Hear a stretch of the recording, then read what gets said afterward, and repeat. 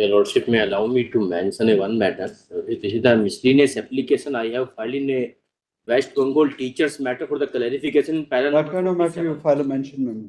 Your Lord, I am coming to that. Your Lordship, I approach the authorities to follow the process. They are saying you have to mention in the court. The Lordship is for a mention memo, you have to mention. Yes, Your Lordship. I Why? two, 3 times. They are saying because this is a miscellaneous application, you have to mention in the court. Very good. Yeah. Ask them to entertain the mention memo. File a mention. Okay. With my Lord's permission, may I mention this matter? This matter was listed on last 15. This It's a 15. mistake in the order. Yes, please. What is the order?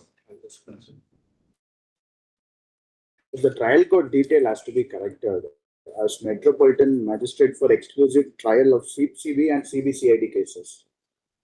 Is this not the court you mentioned in your petition? In the interim earlier, we have mistakenly mentioned. You made the mistake. Yeah. Why don't you My try sincere to apologies. apply your mind a little? At least the prayer portion you can read, is it not? My sincere apologies. And then you say there's a mistake in the order as if it's attributable to him or to me. What is the name of the court now? Metropolitan Magistrate for exclusive trial of CCB and CBCID cases. Where? The Imperium. Same, my Lord. Chennai. Imperium, Chennai. Very grateful. My lords, may I, with my lord's permission, may I mention this matter, my lords? There's a demolition order, my lords.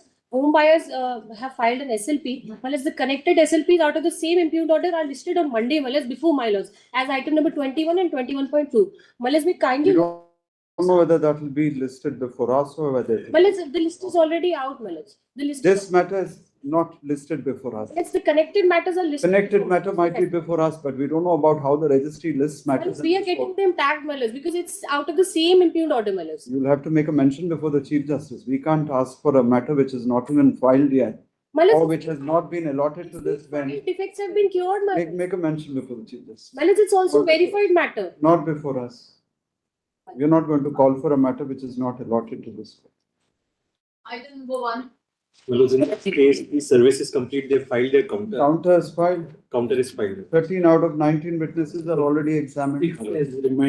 All material witnesses are examined. He's in jail since. Look at the injuries on the lady. Malus, page 54. Malus. The doctor says there are no other external or internal injuries. This Her is lower teeth are all missing. yes. Teeth are also missing. Malus. But And what? She was married to you for 5 months. 5 months. And in 5 months, she loses her teeth also. Malus. But he doesn't find any injury. Injury. Teeth were removed with precision without injuries. He's a dentist also. No. Page 51 paragraph specifically mentioned. We are not going to interfere with this. Sorry, boss. We're not inclined to interfere with the interim judgment and order passed by the High Court. The special section is dismissed. Hello. Yes. Was the case of fear imitation. I Where- just blown it up. Where are the the wrong this 48A you file one picture in color? I got it from my lords. Why is it not made part of the record? I got it from my lords. My lords are right. Just kindly see, my lords. Because he's copied both my registered trademarks. It can't be a coincidence, but these are sold to illiterate and The name is different. Both Well, the the courts name have is- held against you. The name is the same. It's my lords Guy Chap. He's inserted small budget. Guy Bachda Chap. That's very small, my lords. To deceive. Kindly see. Colors are different. Everything is different. My lords, the registered trademark, my lords, we have the test is. Scarf is also there. Well, it's overall similarity based on broad essential features. Well, the error is As the court says, even from a distance, they are distinguishable. just kindly see, Bharat. Kindly see the next page. I've just given you on the next page, the larger. But this, Your picture doesn't have a calf. Theirs does. Bachda Chap. just look at Rani Chap, Bharat, the 3 cards. It can't be a coincidence, Bharat. I'm using for the last 30 years. He adopts in The queen 2016. card is the same, is it not? What uses It's the not going to registered change. trademark? The What queen uses card the is the trade- same in every pack of cards. Bharat, So if they have a queen name and they use a card of the queen, Bharat, your this colors mine- are different. Your mine- color is red and blue. Their colors are Because different. we have to look at broad essential features. Bharat, Not illiterate to this people. one. Bharat, I just want to show you one point. Well, the Both the test courts applied- have held against. Well, both the courts have applied a judgment which is overruled specifically by this honorable court. Just see Either way, page 129. we find no similarity. Is what will be my trademark bullets. Bullets in ordinary, the test is bullets unwary purchaser of average intelligence, imperfect resolution. Bullets, a person bullets in rural areas recognizes cow, so I use cow. If I register it and someone else use it, Sorry. bullets Rani Chap, there is no difference bullets. No, they're not in. Delay condoned, however, we find no good ground in reason to interfere with the influence of. Obliged. Actually, questions according to this. Number 3 along with 15. Maybe this is not. Should not-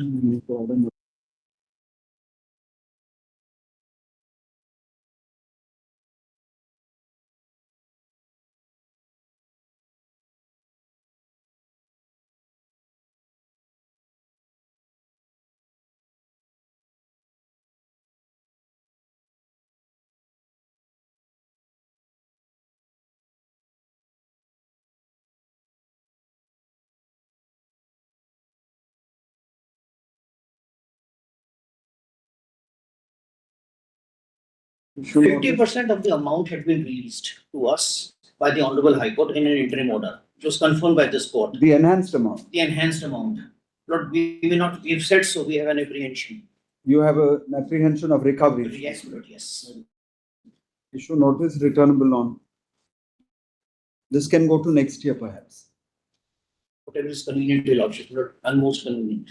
12th January 2026.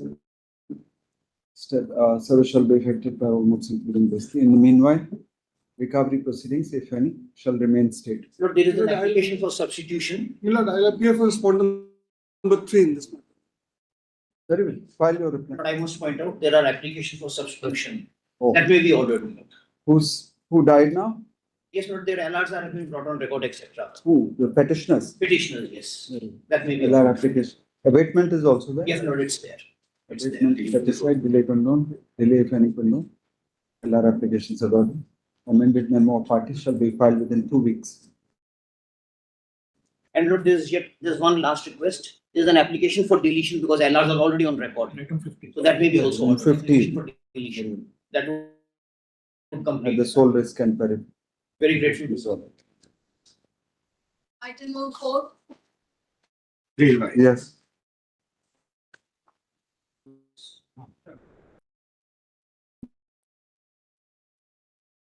It was for status quo. A suit is pending. The other side is selling the properties.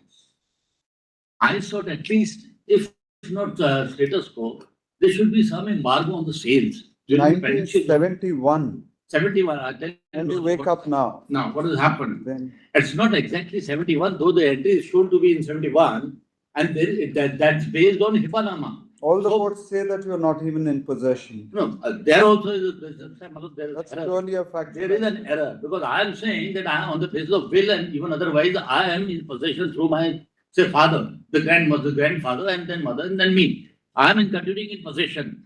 So far as the fact is concerned, look, continuity of possession is concerned, the other side is disputing, that's a trial, matter of trial.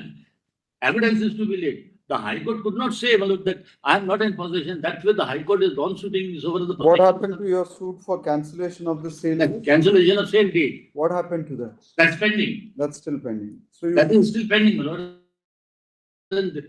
No, that's why, my lord. the finding is that you're not even in possession. So where is the question Well, of? so what has happened? I filed the suit first before the revenue authority. During tendency of the suit, my lord, before the revenue authorities, the opponents, they executed sale deeds. Then I had to change it to say, file a fresh suit seeking cancellation of the sale deeds. Now, if they are not restrained from selling further, my lord, again they will continue. You've already filed a suit, you asked for interim relief there. My intent release this is the writ whole, petition- I am confining to the extent. This writ petition is in relation to the judicial commissioner's order. That's on That is the all only on the. appellate authority. And in fact, my lord, what has happened? It is named, the trial court is named as Gramin Nyayalaya, it is civil court. Lamini Nyayalaya, from there, the appellate authority is the additional commissioner. And then his order becomes final, and then the matter goes in writ petition before the High Court. 2023 suit, according to him, is in relation to an entry of. No, but so far this, my submission. The only relief we can give you is the condemnation of delay. Delay condoned, however, we do not find any good ground and reason to interfere. But may say one more thing, my lord. So far as the findings recorded by the High Court.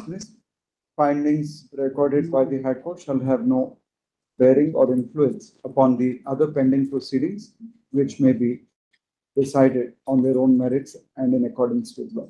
In fact, my lord, the sales could, further sales could have You've been. got your other suit pending, you follow it. Yes. Item number 5. Don't say findings, say observations on merits. Appearing through only, This also.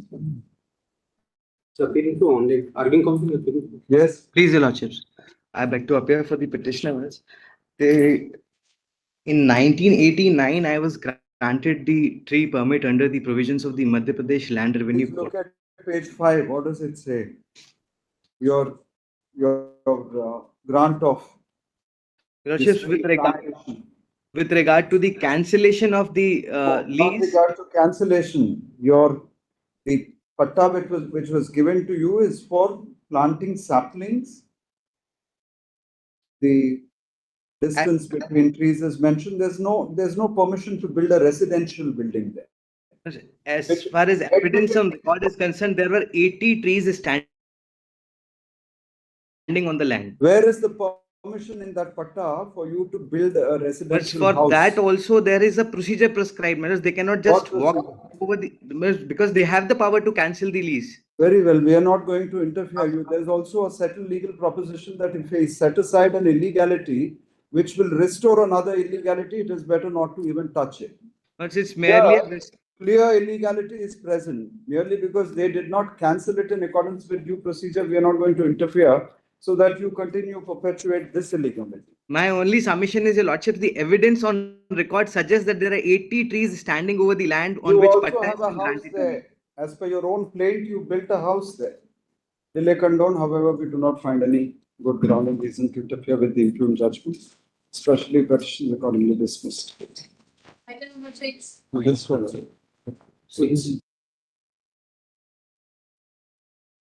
This case, identically placed petitioners' minutes have been directed to be regularized by this court. I had also moved the High Court. That doesn't mean that you can become a. The relief was granted to the appellants before us. That is correct, my lord, but So there you was can't maintain a contempt in saying that that order should be automatically made. the applicable. finding in that order was that We never said that all others similarly situated should be given. But as a matter of precedence, my lord, I have not moved this court directly. Because You I have, have to establish before the High Court that you are actually identically situated. That I exercise understand. has not been Final undertaken. representation, You I am can't maintain a 50 years contempt. old, my lords. My lords, in that case also, the court says, my lords have said at page 36 that the ideal case, my lords, It's not a contempt. my lords, in this case, It's not a party.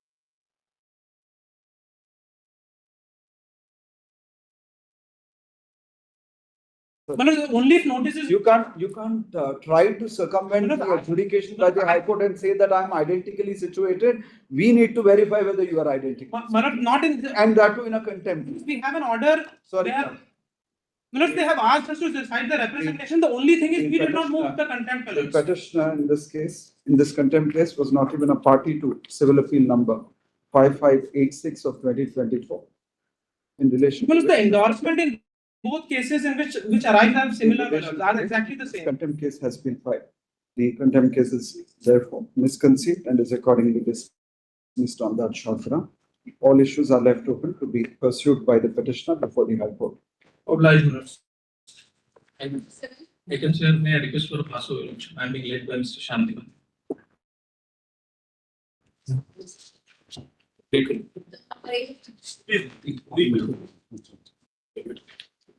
Number 8. Yes? Yes, I don't know. Well, this is the matter where there was no order of 30th July 1969 placed on record by either of the parties, nor any compromise has ever been placed on record, madam, in this matter. And the other side is claiming that there was some compromise between the parties on basis of which they are claiming that they have become the co-holder in the property in dispute, madam. there was no document virtually placed on record before any court matter. There The is a, compromise is under, you are claiming under the compromise. Yeah. They said that there's no compromise. no, I'm saying there is no compromise. They are saying there is compromise. But no document has been placed before any court matter. I see, the writ petition was allowed. Yes. So they filed the writ petition. Yes, my lord. And no order, my lord, ever placed. So far as delay. 1969. Yes, the yes, delay aspect.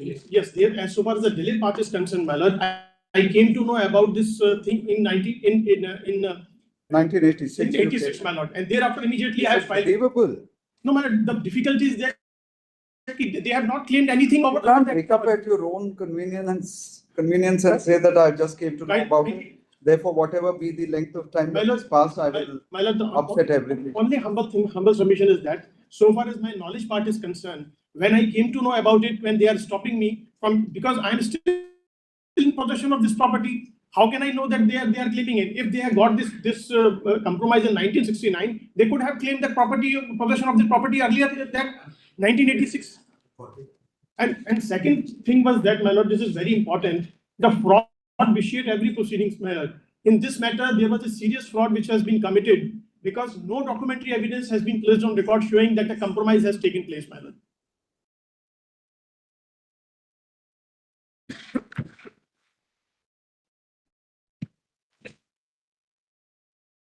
Still have the remedy of challenging this by way of a suit, no, if it's on nullity or vitiated by. My lord, Fraud and all, yes, fraud will vitiate everything. the lender or should may give the liberty. No, we will not say anything. It is. Lord, let's say if any levity available, they can. We will not find any good ground and reason to interfere with the injunction passed, especially petition according to this.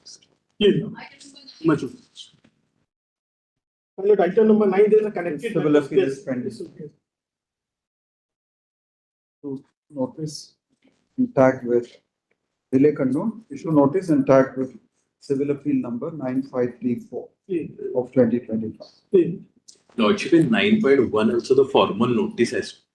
It's not been, notice has not been issued. No. Notice is issued In 9.1. in 9.1. 9.1. 9.1 also goes to Fine. same.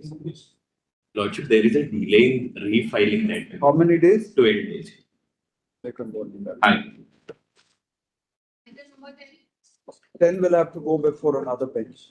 I cannot hear the matter. The Lordships would not like. I would not. This before a bench in which one of these? My name? Not my name. Like, Item number 11. My lord, this revenue board has not investigated the complaint, my lord, on the basis of which provision of law. Did you challenge your mother's will? Did you challenge R5 succession? Everything is pending in the civil court, my lord. When you follow it there, when you get the question of saying the revenue authorities. Revenue board has implemented that will, my lord. It's the Ayodhya. It is not challenged. Temple, my lord, the lands are. Do you have a stay in relation to your Yes, sister's? there is a stay, my lord. Where, which court has granted you a stay in relation to the will? No, there is a restriction on against which there is a will pending. Appeal is pending against that will. You don't have an order in your Only favor. question is, my lord, under which provision? That is the question of the revenue authority. My lord, one thing I tried to explain, this revenue court is different from the civil court, my lord. That We are doesn't mean proceeding that parallelly because you're not getting orders Yeah, before give the us civil effect court. of the will, my lord. There Will is is a question of- She got a succession certificate also. First dismiss, my lord, that is there. Which one was dismissed? Succession certificate. You tried to get a separate succession certificate. That was dismissed. No. Her succession certificate.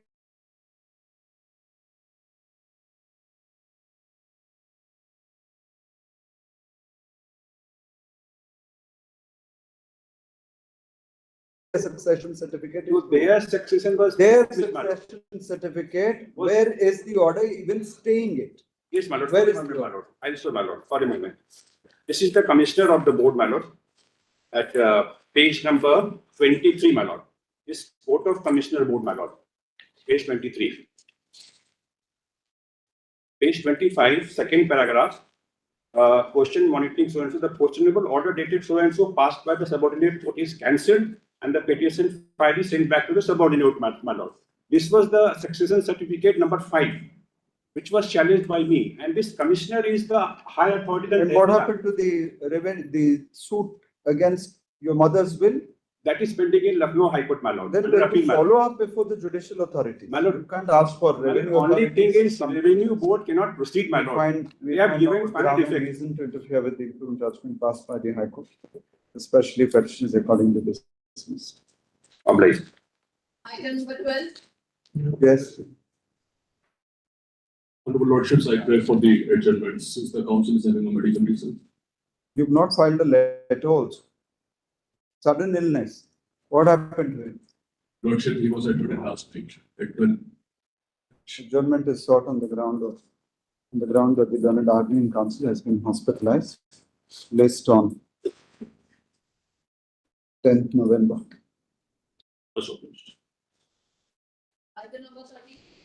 Since the matter has been referred to a constitution bench, the Lordship have, yes, sir, Lordships have, Issue notice returnable on the 27th October.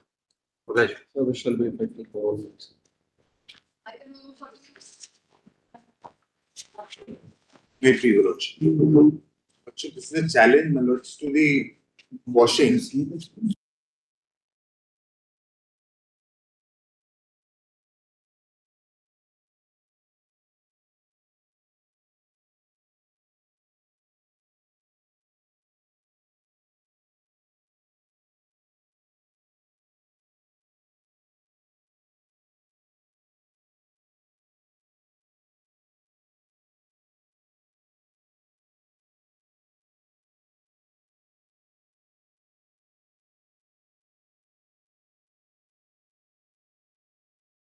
Case, my lord, the initial sanction which was granted on 19/8/2015 was challenged, my lord, on the competency of the sanctioning authority. My lord, the High Court, my lord, quashes that first sanction order. First sanction order was 19/8/2015. That's been set aside. Yes, my lord, that gets set aside in February of 2023, my lord. After that, a fresh sanction is received by the chairman of the board, my lord, which was his ultimate grievance in the first round. In July 20. Yes, my lord, in July of 2023. This, my lord, quashing petition was pending. In that time, my lord, in the interregnum, the sanction order is placed before the learned trial court, where he files a response.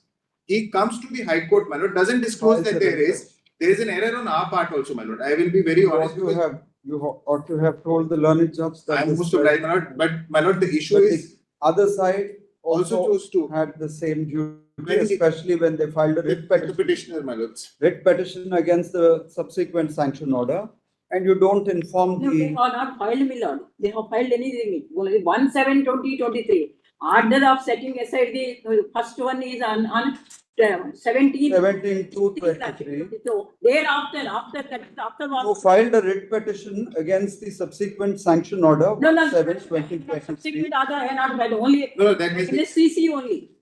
No, you filed a writ petition. Unfortunately for you, internet is now available.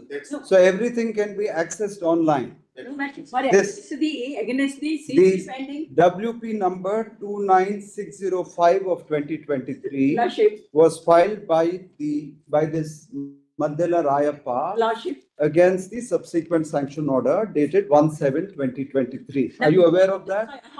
Are you aware of that? Page number 38, Lordship. Order is at page number 38. Earlier order setting aside the. We are not talking about the earlier order, madam.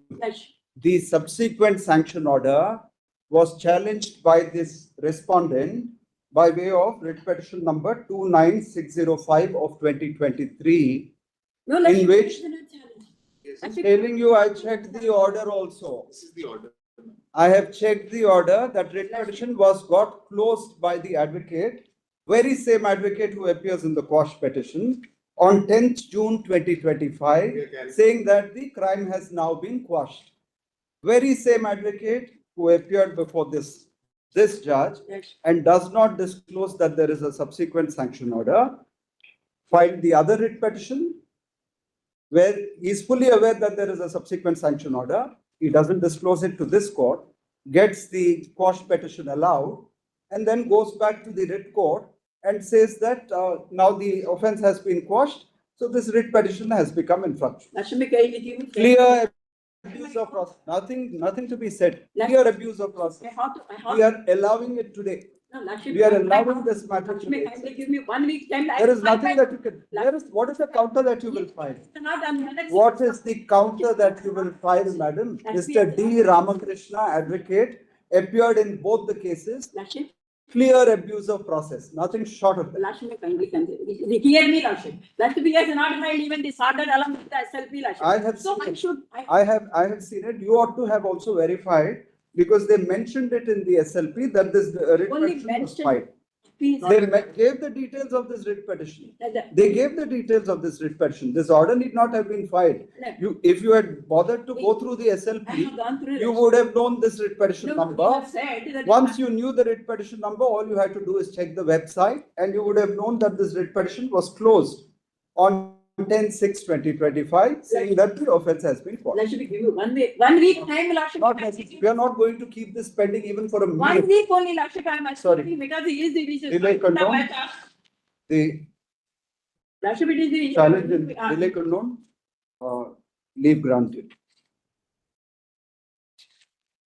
Challenge in this appeal is to the order dated 23/9/2024, passed by the High Court for the State of Telangana at Hyderabad in criminal petition number 3224 of 2023. The said case was filed by the respondent under section 482 CRPC, seeking quashing of the proceedings in CC number 43 of 2016 on the file of the learned special judge for SPE and ACB cases at Karimnagar. The aforestated case arose under the provisions of the Prevention of Corruption Act 1988 in relation to the alleged abuse of office by the respondent in the capacity of, what was he? Deputy Director, the capacity of Deputy Director, AP Khadi Village Industries Board. AP or Telangana? My lord, at that time, 18, my lord. Full stop. The criminal petition was allowed by way of the impugned order on the sole ground that the earlier sanction for prosecution was set aside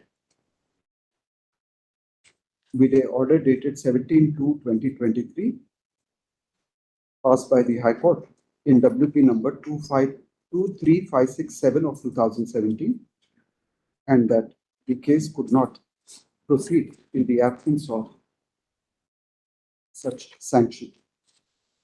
Significantly, a fresh sanction order was passed on 1/7/2023, which was well within the knowledge of the respondent, as he chose to challenge the same by way of writ petition number 29605 of 2023 before the High Court. Surprisingly, the very same learned counsel who appeared for the respondent in the criminal petition with D. Ramakrishna appeared in the subsequent writ petition, that is WP number 29605 of 2023. However, he chose to willfully suppress the fact that there was a fresh sanction order passed on 1/7/2023 and did not bring it to the notice of the High Court when the impugned order was passed on 23/9/2024. Having secured a favorable order in the criminal petition, the Mr. D. Ramakrishna, learned counsel, then went before the writ court and got WP number 29605 of 2023 dismissed as infructuous on 10/6/2025, as the case already stood, as the criminal case already stood quashed. This conduct on the part of the respondent and his learned counsel is nothing short of an abuse of process of court, which requires to be condemned in no uncertain terms. The special leave petition is accordingly accordingly allowed, setting aside the final judgment and order dated 23/9/2024, passed by the High Court in criminal petition number so and so.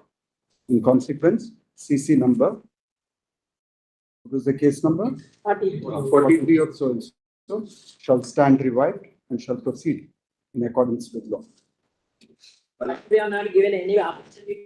No need for an opportunity. Abuse of process, madam, you are not responsible, but your counterpart in the High Court already dug the grave for this case. So there's no question of giving you any opportunity. It is your misfortune that you had to appear for this person. That is all. But this kind of abuse of process, we need to arrest it. Otherwise, we don't know where the profession is going to go, the legal profession. That's a place.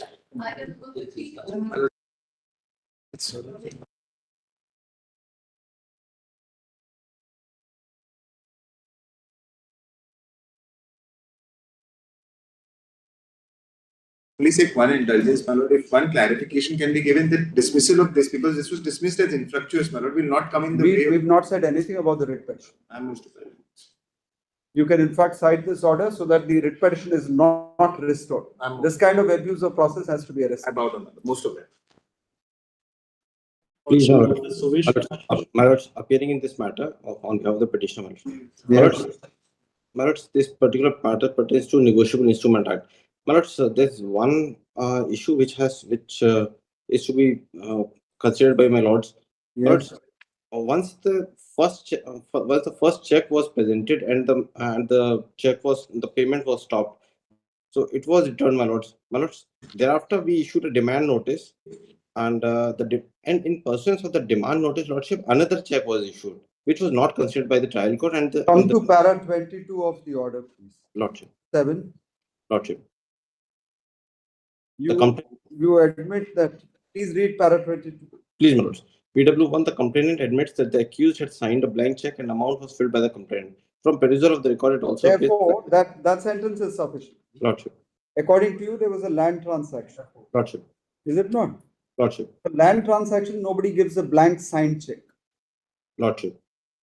This blank signed check, given the fact that at page 6, Lordship, the version of the accused, Lordship, is that he had borrowed some money from you, Lordship, repaid the amount, Lordship, you took money in cash and subsequently threatened him to pay some more amount. And that is the reason why this blank check was given, because it's a security. Yes, Lordship. Therefore, the High Court's finding is absolutely justified. Just one submission, my lord.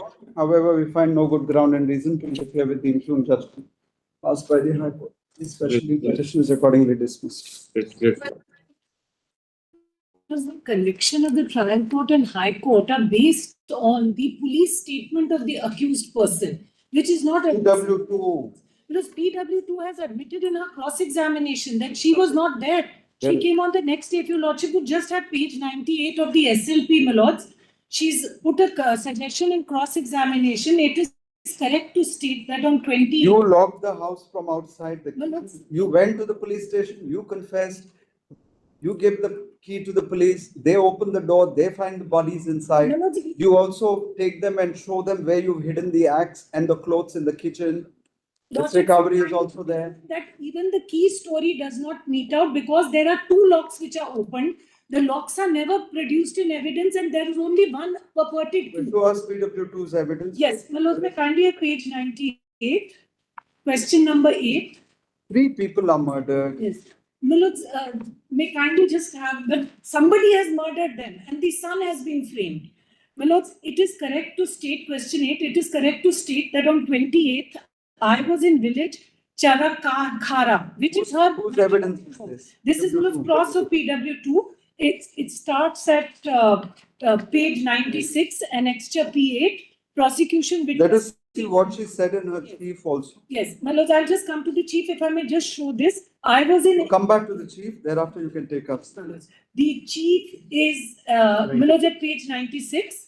Yes. I know the accused present before this court. He is my younger brother. I also knew the deceased, Silverius, who is my father. I also know Angela Case, who was my mother. I also knew Priscilla, who was the daughter-in-law. That's the wife of the accused, of the convict, and Angela Case. The incident took place on July 29th, the night of 28th and 29th.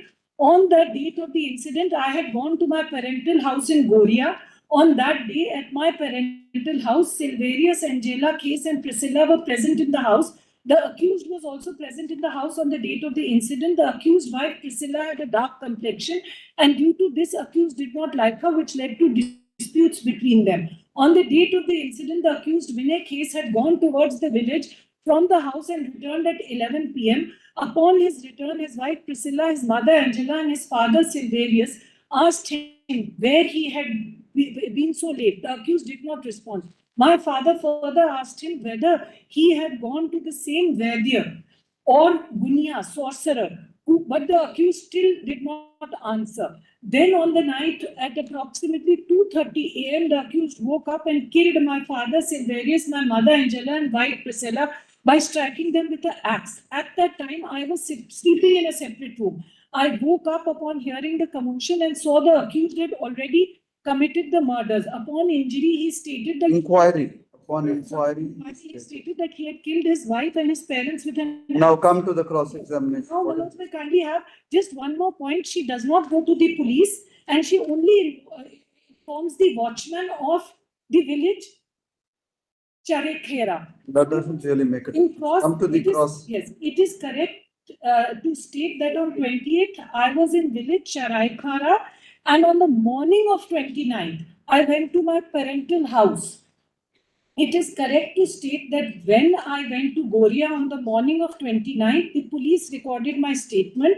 It is also correct to say that on the morning of 29th at around 10 a.m., there was a large crowd of people gathered. Now, Manoj, the next question is 14 and 17. It is incorrect to state that I was not present at the home when the police arrived. The witness voluntarily states that at the time There's no clear question put to her that she was not there when these people were killed. This is question number 14. Now she says that. Does she say that she was? Question 14.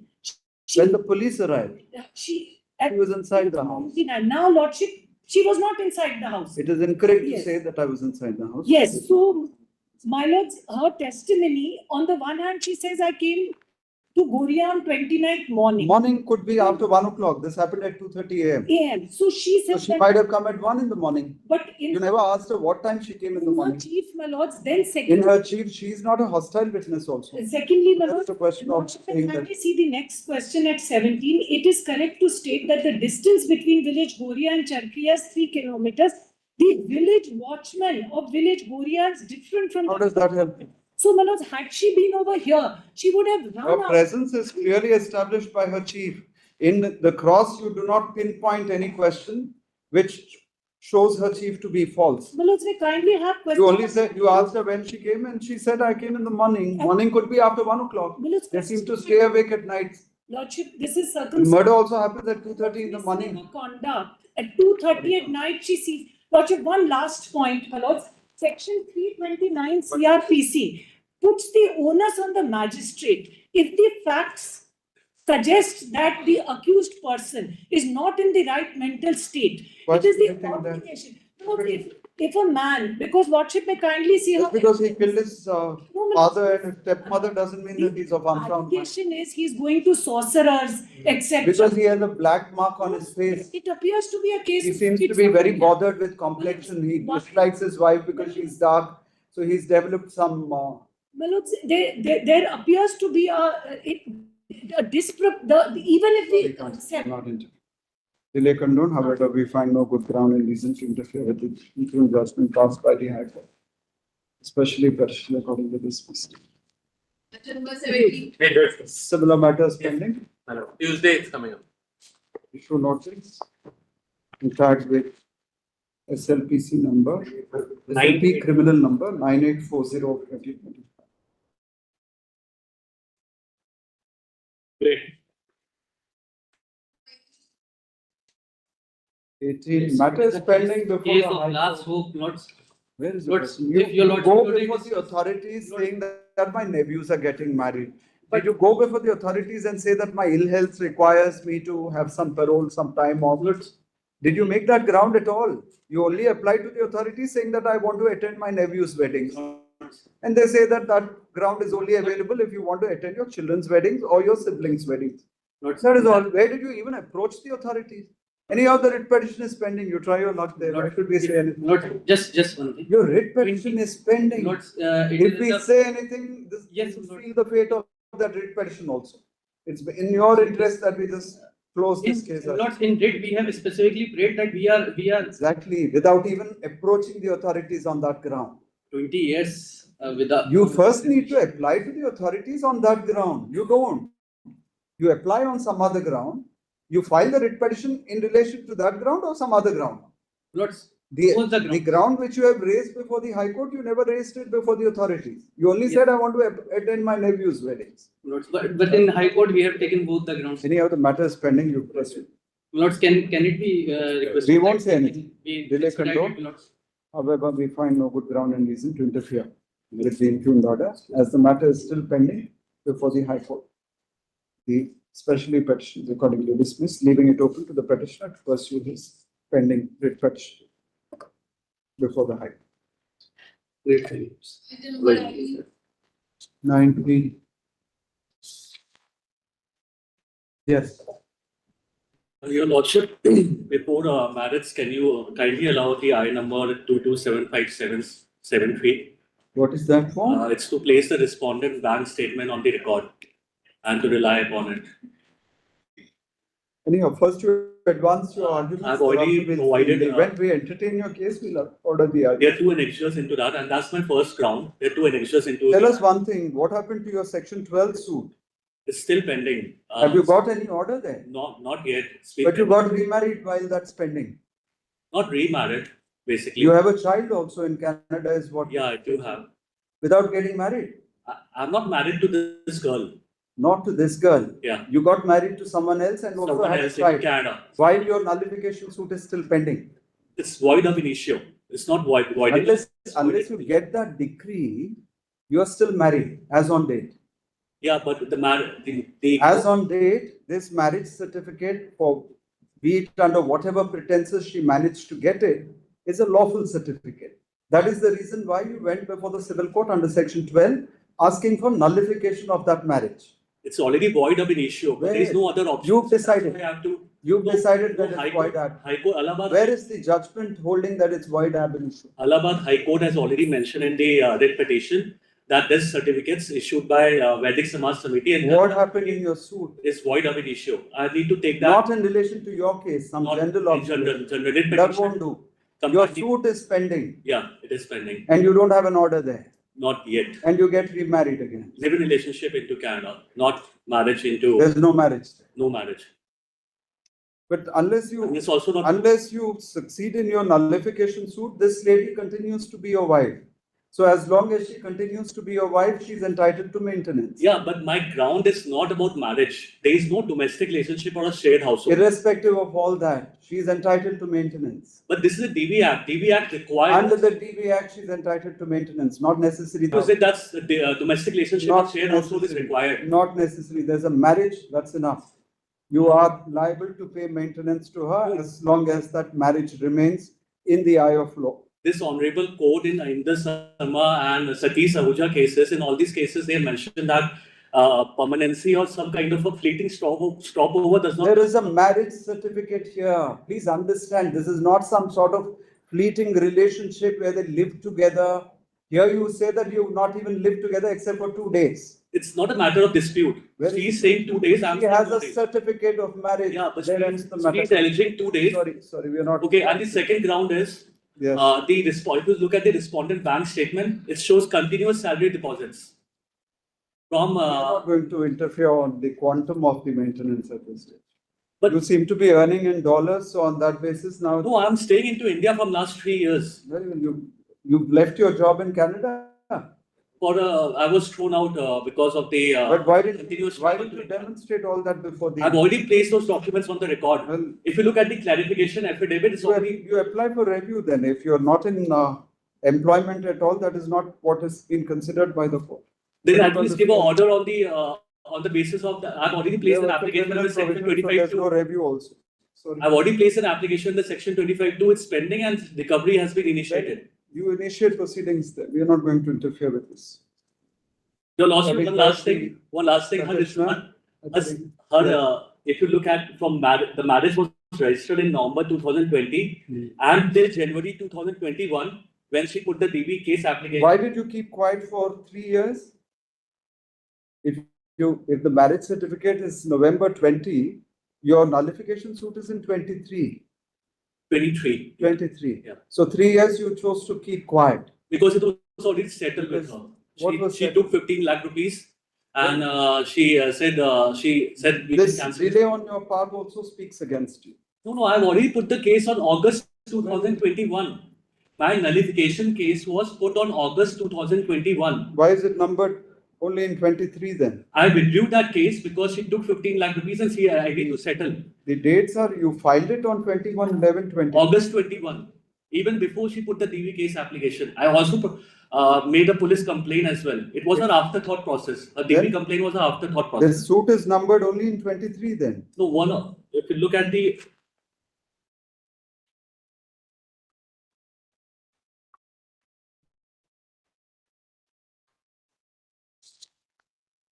Annexure P6. Where is that suit? Which page is it? Annexure P6, HME number 2877. Which number? Which page is it? 66. What is the number now? P6. No, HMA number. 2877/2021. Where do you get the number? It's the HMA number. Where is it? It's not mentioned at page 66. If you look at the P6, does it say P6? And then, HMA number blank of 2021 is what it says. yeah, so it's mentioned on the index. Where did you get the number from? Where are the proceeding sheet? You have a proceeding sheet in relation to that suit. I have put the withdrawal application after that. Where is that? Annexure piece.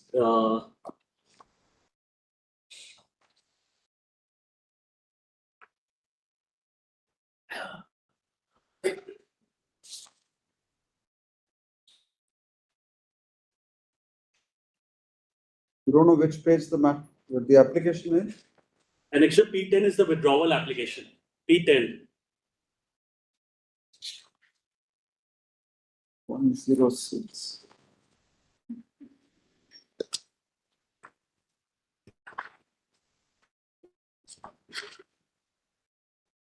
So you withdrew it? Yeah, because she took 15 lakhs and we settled it. And the intermediary who settled it. And then you asked for revival of this? No, because she put a DV case complaint and the dowry case after that. Then what did you do? So then I put the case because there was no. You filed a fresh matter? Yeah, file. That was in 23. That was in 23. Because there was no other recourse, that's why I have to file it. And I also made a FIR on August 21 itself, just 6 months after the marriage registration. So it was an afterthought process. Having heard the petitioner, appearing as a party in person, we are not inclined to interfere with the interim judgment passed by the High Court. Your Lordship, what about the respondent bank statement? I prepared a summary as well. It shows continuous salary credit and business deposit of 1 filed it before the courts below? Yeah, it is before the jail. If it has been considered, then it has been considered. They haven't considered it. What they are saying is, woman in Indian context does not come to the court without any reason. And on the basis of this, they are giving me the order. We are not going to interfere with the quantum amount. So, next matter.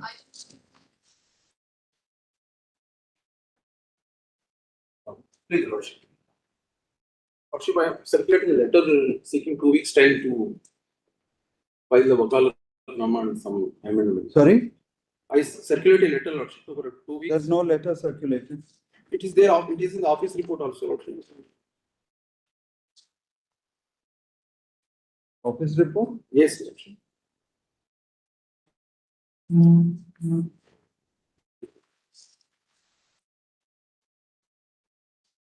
2,404 days delay in filing against the first order, 278 days delay in filing against the second order.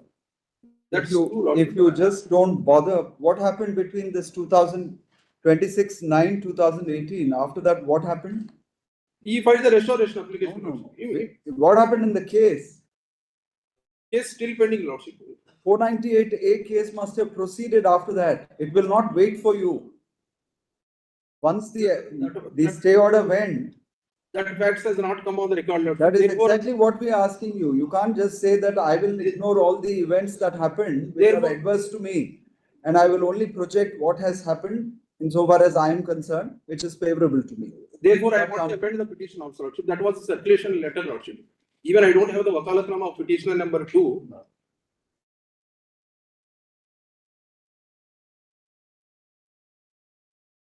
When this kind of delay we can't condone. Criminal matters, yes, normally, but if your quash petition is dismissed long ago, thereafter, and you don't even bother for how many years? 2018 it was dismissed, you file in 2024. 21 restoration application was filed, Lordship. That was also dismissed, unfortunately. Your application is of 21, is it? 21, Lordship.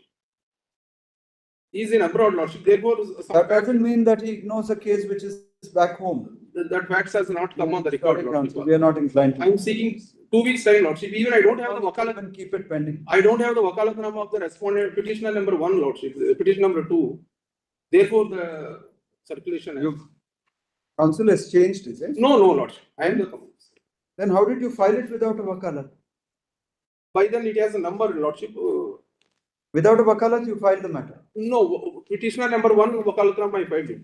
And without the wakalat of the number also? That unfortunately it was not. Therefore, I brought to the knowledge of the court, Lordship. But immediately.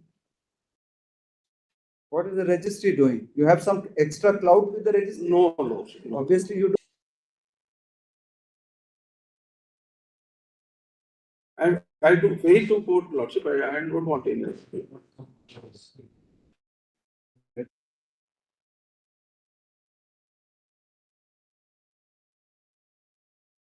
May be granted. No, we are not. We are dismissing it. In fact, we'll find fault with the registry for even numbering this case. The letter dated 18/9/2025, addressed by the learned counsel for the petitioner to the registry, indicates that he, based on the Wakalatnama signed by only petitioner number 1, it is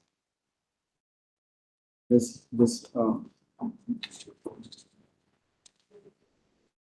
lapse on the part of the registry needs to be taken note of so that such mistakes do not occur in future.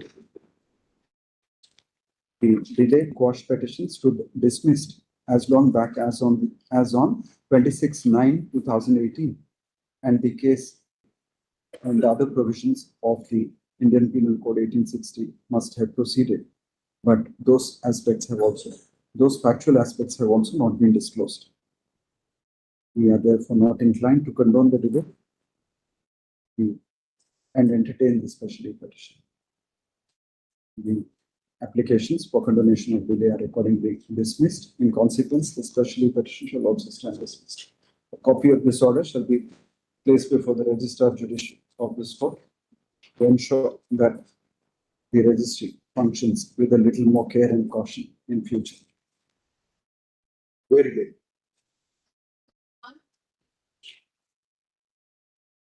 Yeah. Lordship, this is a bad case, Lordship, but Very bad. 1 or 2 points. Even after the High Court dismisses your appeal, Yes, Lordship. you are obviously absconding, because if you go by your custody certificate, Yes, Lordship. till a warrant was issued 10 months later, he is not even arrested.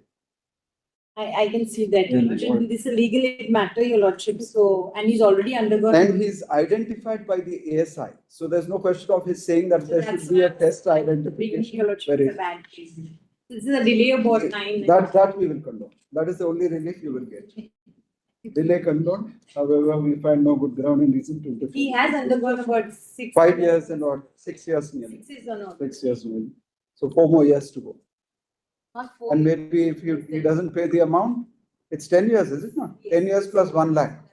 And the default is, I think, 1 year ago. So 5 more years. Please, Lordship.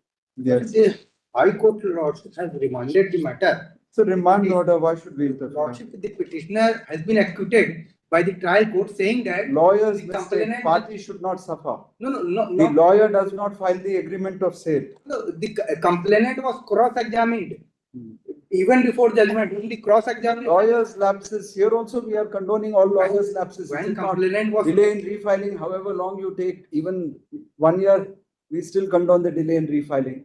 So when your counterparts in the high courts or the trial courts make mistakes, you can't point it out and say that Complainant was cross-examined on behalf of the accused. so, but now the cross-examination document is produced. Can see the So there is a cross-examination. remand order. It has been asked whether you have produced the document. He has stated he has not filed the document.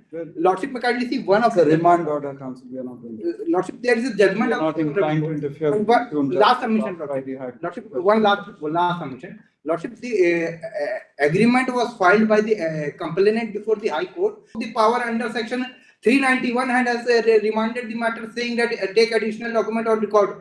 Sorry. He has silently produced the document before the High Court saying that I forgot to produce it before the trial court. Did you not object there then? I have objected. Very well, the High Court has dealt with it. High Court has dealt with it, it's a fit case for remand. The High Court remand the matter. Especially petitions accordingly dismissed. Sorry, counsel. It is Next matter. prejudicial to the accused, Lordship. Next Because the matter. trial. It is a remand order. You have your Because opportunity. when the before matter trial is court. remanded, trial court will certainly convict him because High Court has Well, if remanded. you already know about the guilt of your client, then we can't help you. When he has Don't disclose it to the trial when court. he has been acquitted, Lordship, there is a presumption in his favor that No he such is innocent, presumption. Lordship. It's a remand order now. Lordship, kindly consider. Sorry, counsel, your matter is done now. Much obliged. Please, Lordship. Yes. Lordship, appellate court has awarded 1/5 of the compensation amount. You never raised an issue that the amount should be reduced.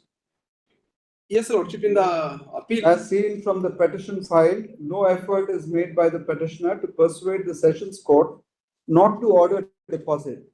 Justice Abbay's judgment is that where you make out a case that 20% ought not to be ordered, then the sessions court or the high court, whichever court is dealing with the appeal, has the discretion to reduce it. But you need to raise that point. According to the high court, before the sessions court, which ordered this 20% deposit, you never even raised that issue. So you can't raise that issue before the high court also or before us. Now the high court has given you extended time to make the deposit. So have you made it? 30th August, your time ran up. Train is run, Lordship. You did not deposit. I came here, Lordship, therefore. You did not come here before, or you came before 30th August. So we'll give you some more time. We find no good ground and reason to interfere with the imputed judgment passed by the High Court, especially petitions accordingly dismissed. However, as the time granted by the High Court for deposit of the, as directed by the sessions, as directed by the Learned Appellate Court, has already, as directed by the Appellate Court and extended by the High Court, has already expired. We grant time till end of September. Today is already 19th, 20th. 20th of month more you want. 8 lakhs you have to deposit. Yes, Lordship. Extend time to make this 20th is the vacation. Is you have to deposit it before the sessions court perhaps. Yes. The 20th October. Very good. Please, your Lordship. Lordship, the petitioner has undergone more than 13 years, 5 months. Lordship, I have prayed for remission. If you are eligible under the policy of the state, you make an application. Otherwise, child witness is there. Younger daughter herself saw the A lot of mother being set on fire. contradictions are there. It's a child witness. You don't have to go nitpicking. Small discrepancies we will not take note of. The credibility of the witness is accepted by the trial court, confirmed by the High Court. And why would this child witness, your own daughter, say something against you unless she saw it happening? And this kind of trauma you visit upon that poor girl. She'll need therapy for the rest of her life. Lordship, may I condone the delay? Where is the custody certificate? 31, page 31, my lord. There's no mention of how much parole you My got. lord, What is the last- remission period? Nothing is. Item 8, my lord. Serial Item number 8 doesn't give the details of the remission that you earn. This is including remission, obviously. They have So you, not given. you would have to at They least have- complete 14 years. 14 years actual incarceration. So the delay condoned, however, we find no good ground and reason to interfere with the interim judgment passed by the High Court, especially petitions accordingly dismissed. Please. Yes. Petitioner is falsely implicated. You've already been granted bail. Please note, this is the. 2 mobiles, Two one mobiles, forged Lord. Aadhaar. One is mine. The Lord. fake admit card also is got found with you. Lord, You're obviously writing exams for others. No, Lord, I was sitting in the car. With a fake admit card.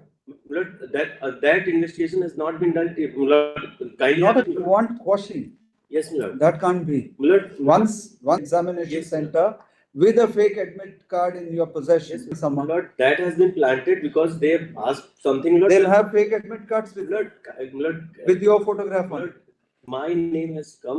With your photograph on it. The police have the pictures also ready, so to paste Kindly have, and immediately kindly say that page this number- person is impersonating. Kindly have page number 51. Not a case for single line impersonation. regarding that admit card. Not a case for quashing counsel. Delay condoned, however, we find no good ground and Kindly- reason to kindly interfere with liberty the to judgment check. passed by the High Court, especially petitions according to. Charges have been framed, Lord, kindly give liberty to check. We won't say anything at Discharge. this stage.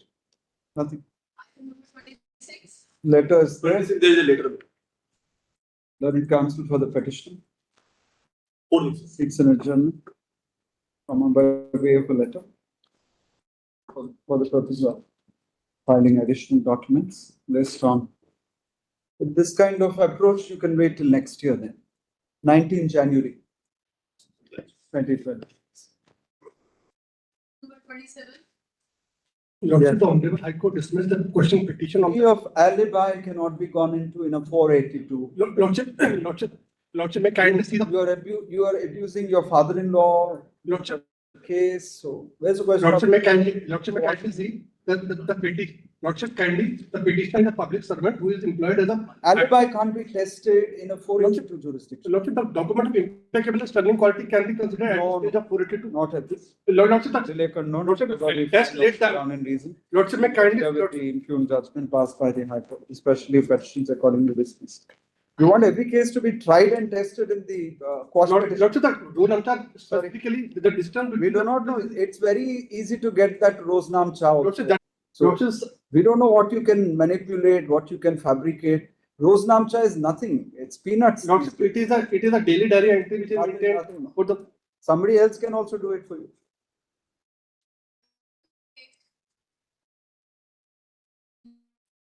Lordship, petition Yes. submitted for PW3's evidence, CN which is the matter. Accept them there. PW3 knows you also because he works in that petrol bunk near that room where you stay. And those gold studs also, you pledge them and you keep that pledge receipt also with you conveniently. So they have a Undergone more than 13 years. 4-year-old girl. 4 years. Then they condone, however, we find no good ground and reason to interfere with the interim judgment, especially if it's according to dismissed. Item number 29. My lord, I'm seeking pass over in this. 30. Yes. May I please your lordships? Well,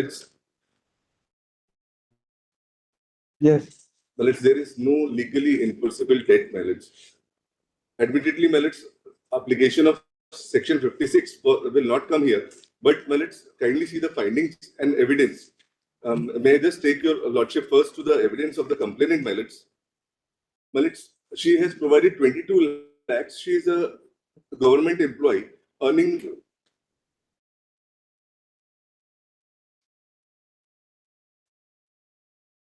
Millet's. Para 4 says, I am in the government service from year 2014 till date. One cannot have savings, one cannot have ancestral property income. With great respect, my lords. We don't know. There should be Maybe some. she had savings, she got some money from elsewhere. She did have, but She gave the she claimed to have statement got that it. the loan was for the purchase of house and land. With great respect, if I may submit, my lords, she did say it, but no proof regarding those funds have been placed on record, my lords. There is no legally enforceable debt, my lords, and the amount This which kind of taken, my lords. You can't put through everything through a nitpicking exercise. The High Court My lords, finds kindly, this sufficient. my lords, Sorry, kindly have, my I lords. find no good ground and reason to interfere with the My lords. interim judgment passed by the High Court, especially petitions accordingly dismissed. You have to pay it within 8 weeks, is it? Pay it. With great respect, my lords, there is nothing, no iota of proof, my You lords. gave a check to her. With great You don't respect, deny the fact that you gave those checks. my lords, that check. Two amount checks, has been- not even my one. lords, that check amount has been repaid. My lords, I have paid, repaid 2 lakhs. Sorry, Counsel. The amount which was taken. We are dismissing. Right, 31. my lords. This exercise. This is a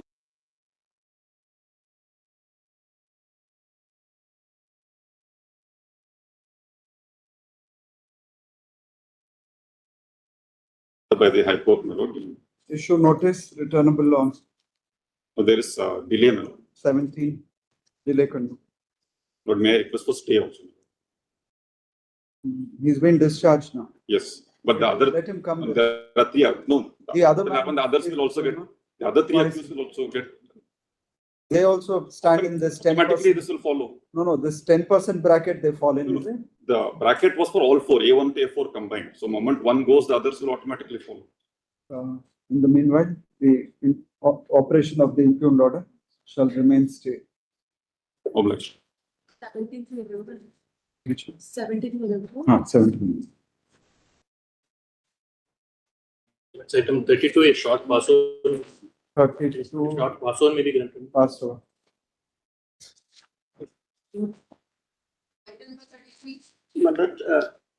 This you want. Similar petitions are pending. Those are the coding first. Issue notice and tag with Criminal appeal number 115, 2018. criminal appeal number 115 of 2018. My lord, I have prayed for ex parte ad interim stay on proceedings before trial court. This honorable court has granted it to me. I am passing on the order. In the other matters, there's a stay Yes, also. there are 2 matters where stay is there. One more copy. Stay of which case? Stay on trial. In which case now? In case number, NDPS case number SLP 4789. 4789. One moment. It is with the criminal SLP criminal number 14644. You want a stay of which case? 4789. No, my lord. It is in SLP number. Not in SLP number. In your writ petition, you're asking for stay of the case filed against you, is it not? Yes, no, sir. Yes. 4789. 2 minutes. Just kindly. NDPS case number 4789 of 2023 arising out of FIR number so and so will remain stay. Kindly bear with me. We've already got the number. Very We're asking you the number and you're giving us an SLP number. Very sorry. I'm very sorry. Very grateful.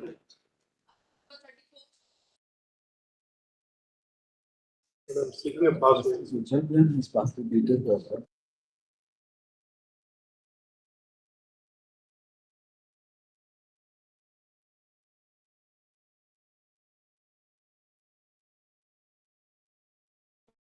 Password. This is covered by Radhika Agrawal. Radhika. Excepting for 1 or 2 issues where you're not Yes. interested, go to the High Who Court. appears? Anyone for the petitioner? Anyone, it's covered. Anyone online? No. Issues raised in this petition of this court and Radhika Agrawal was the union appeal. That's civil appeal number. That is 2025 SCC online 449. Oh, it's already reported also. 2025 SCC online SC 449. 449. Grateful.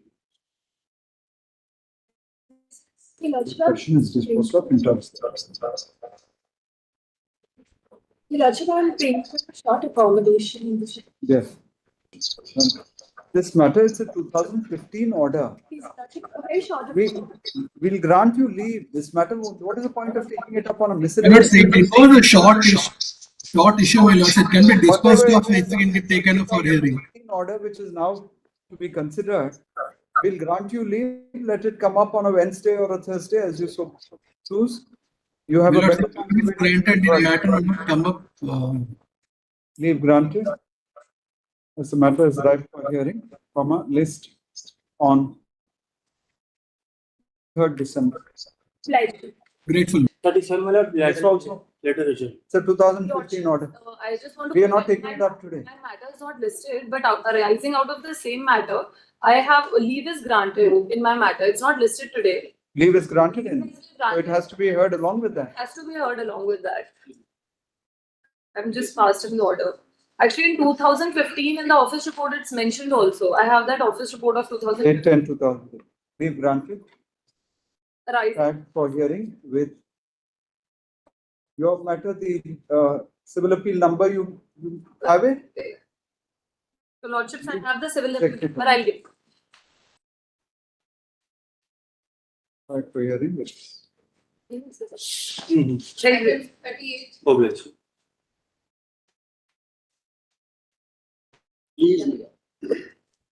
This is also 2018 order. And We can't read them. till date, no even reply has not been filed. Some LR applications are there. But all are allowed, all the applications are allowed. Allowed now? It has come for hearing now. But some IAs are shown in the list. Plan for the respondent, Malad, the fiction. Duration of delay in filing For one of the respondent, Malad. All those applications have been allowed, I think. Does it have to go before the chamber judge for that? I think not. Or the registrar? Because the office report is not there. They mention any details of the pending? It is great. They've given the details of the pending IAs. Along with the application, I think all applications would have been disposed of. This is IA number Oh, my lordship. 1681. Mention this otherwise leave granted, as we find that applications for bringing on record legal representatives of deceased parties along with connected applications are still pending. Matter may be listed before the registrar's court / chamber judge for appropriate orders in that regard. After completion of all necessary steps, matter may be listed for hearing on 21st January 2026. Number 39. Please, Your Lordship. Plus 39. 39. Concurrent findings. Concurrent findings. But the issue of section. You are not able to show that they are not the heirs. Well, they are also not able to show that they are also the heirs. That is the argument, man. If I take my lords to the last page. Last page? Page 6, bottom. Before my learned friend starts, may I point out, Your Lordship may kindly have the order dated 22nd of April 2025. That's awaited vis-a-vis certain respondents. As a matter of fact, SLP stands abated for a few of the respondents. So the question comes. Whether it survives against the remaining. Please read it, Your Lordship. That's it. The difficulty is, Malos, there were so many respondents and they don't live over there. No, but It's the 19. if it's a joint and Inseverable decree, then what follows? But then again, I bow down on that. But consequences will have to follow. You can't maintain a challenge and then in the light of that then. Because they are not available there. We tried everything. Whatever it is, Many it can't be held valid against those who are not before us anymore and tested for those who are still before us. Precisely. It can't be. I can understand In the light of the order dated 22nd April 2025, whereby the SLP was dismissed as abated insofar as respondent numbers 1, 34, 35, and 45. Oh, is it not? Don't mention like this. It appears that this specially petition stood dismissed as abated as against respondent numbers 1, 34, 35, and 45. Vide the order dated 27/8/2024, passed by the Honorable Judge in Chamber. It also stood dismissed as against respondent numbers 2, 3, 7 to 11, with a order dated 27/1/2025, passed by the Honorable Judge in Chamber. It is not in dispute that the judge from which the present specially petition arises is a joint and inseverable judgment and decree from which the is a joint and inseverable one. That being so, the said judgment and decree cannot be held to be final in relation to those who are not before this court and be tested only in relation to those who still remain before this court. The special petition is accordingly dismissed in its entirety. I have one submission. So great. My lords have passed order. My application for substitution and condonation of delay in refiling filing the substitution application was not heard. It was just that because that order has become final. I'm just bringing to the notice of what do we do? At least on the last date, you should have brought up that. No, it is being listed before the bench for the first time after notice. This order was passed by the learned judges in chamber, madam. That is this last order also. Yes, madam. I'm being very fair, madam. No, this was before the registrar court and that before chamber. No, but once the chamber judge passed that order, then what's the matter? What is your remedy against the chamber judge's order? Against the registrar's order, you maintain an appeal. But against the chamber judge's order, there's no appeal. For abatement, also I have to file a restoration. Then you ought to have done that then. But my application was not heard. Your application for?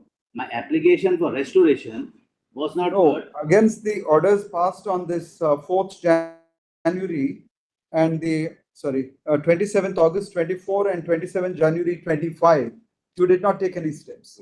The step in the terms of not asking for setting aside the abatement. Yes, madam. That you did not do. Then there ends the matter. I am obliged. Grateful. Discussing it anyhow. Since the notice was issued on the main SLP as well as on the delays. On the delays. So there no need to. We therefore find no grounds to condone the delay also. Yes, my lord is dismissing on the grounds of delay as well. Delay as well as on this ground that it can't be tested only in relation to those who still remain. Because if it is dismissed on delay, at least it will not. The inference will not be drawn that I didn't work hard to take the steps. We're dismissing it on delay. I did, my lord. Both. My lord, although I did. You'll have half marks there. All right, I'll take the half marks. So on. Grateful. This one 40.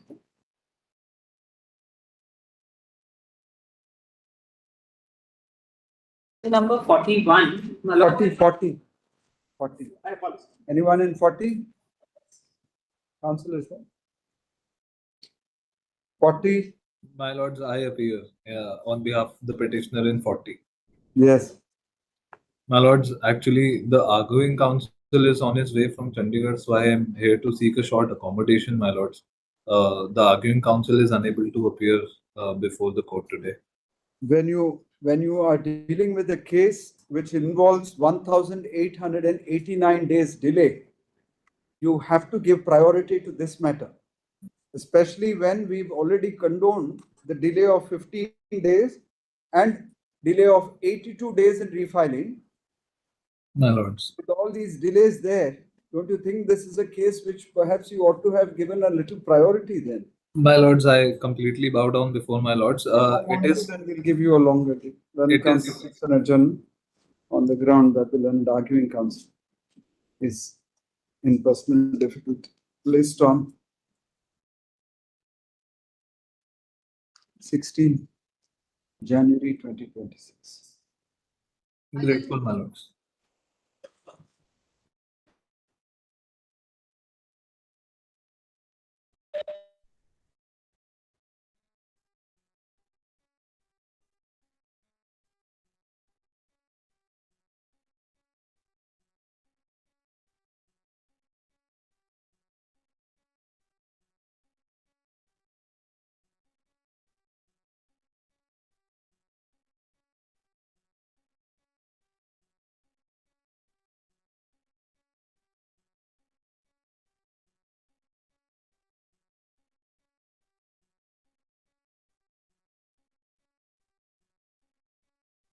41. It may please, my lords. My lords will see. This matter perhaps we'll have to hear it finally, so we'll grant you leave.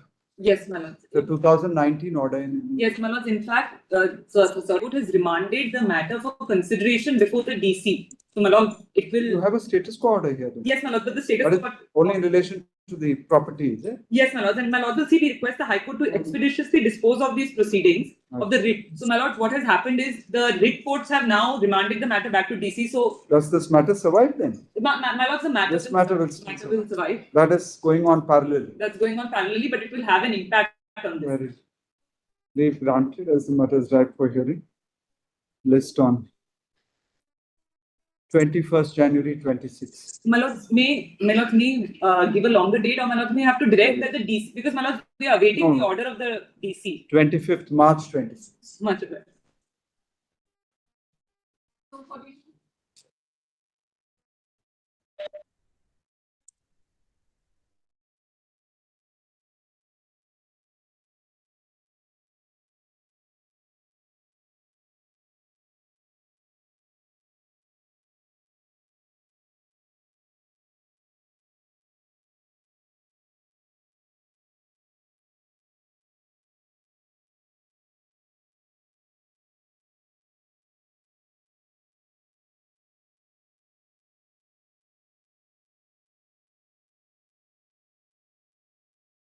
Wait, please, let's suit for recovery on the strength of title.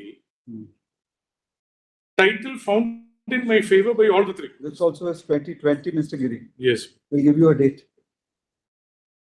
You have a status quo order since September 20.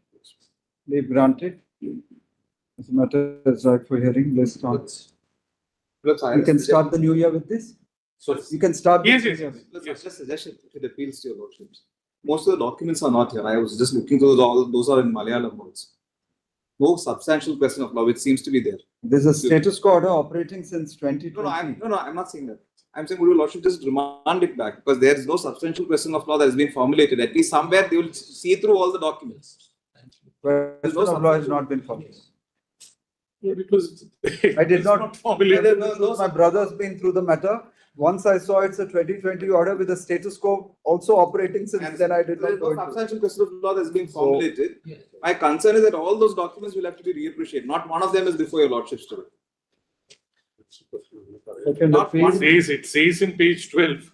No other substantial. So at the stage of admission, it was dismissed.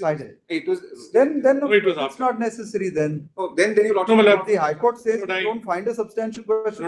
Why will it be? I agree with that.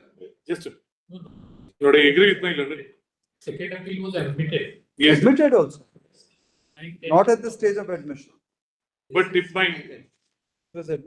the suggestion finds favor with your lordships, then your lordships may remand it back for reconsideration. Yes. Formulate it, hear the parties on the substantial questions of law, and then my lord take a fresh decision to the matter.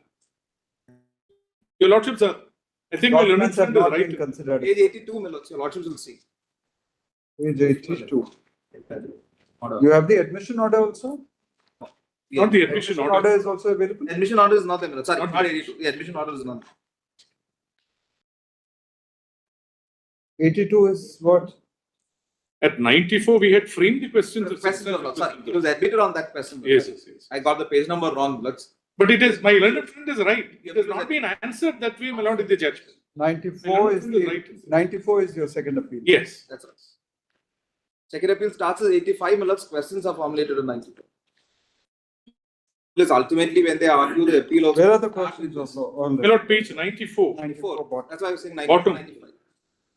94, 95. These are the questions of law, like a first appeal grounds they're running.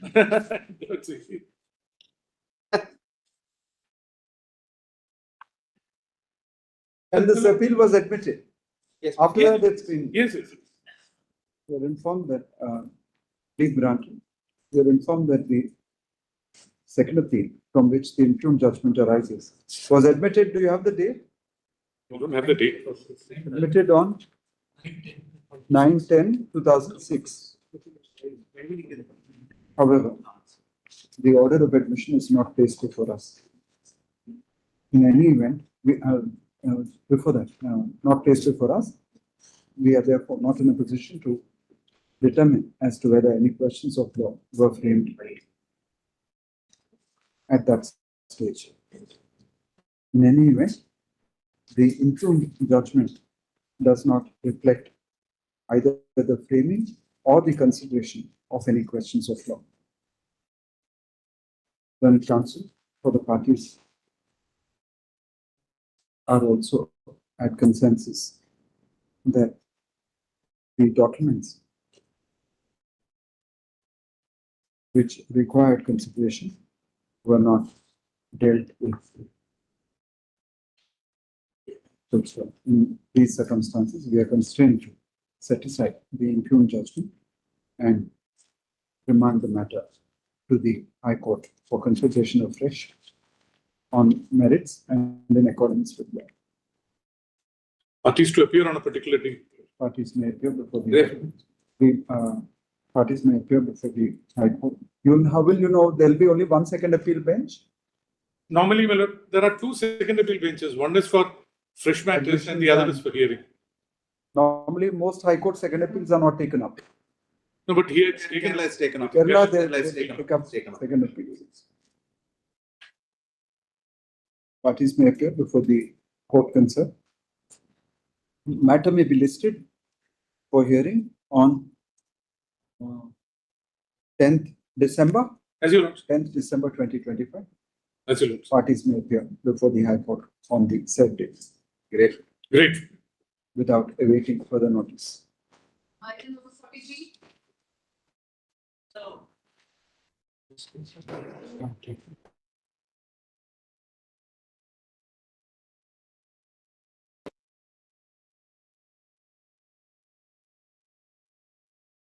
Your Honor, I am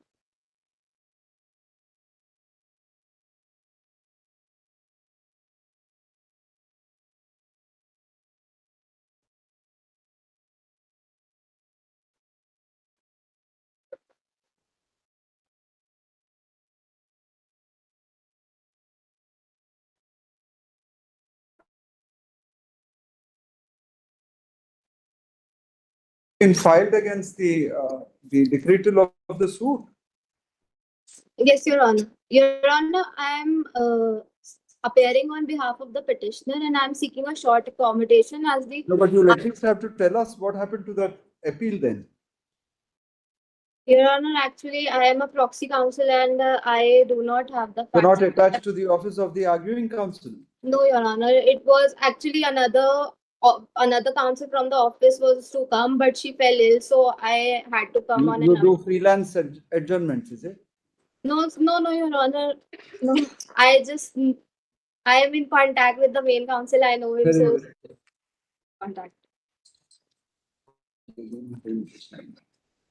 Adjournment is sought on behalf of the arguing counsel for the petitioner. Is from 30th January. Obliged, Your Honor.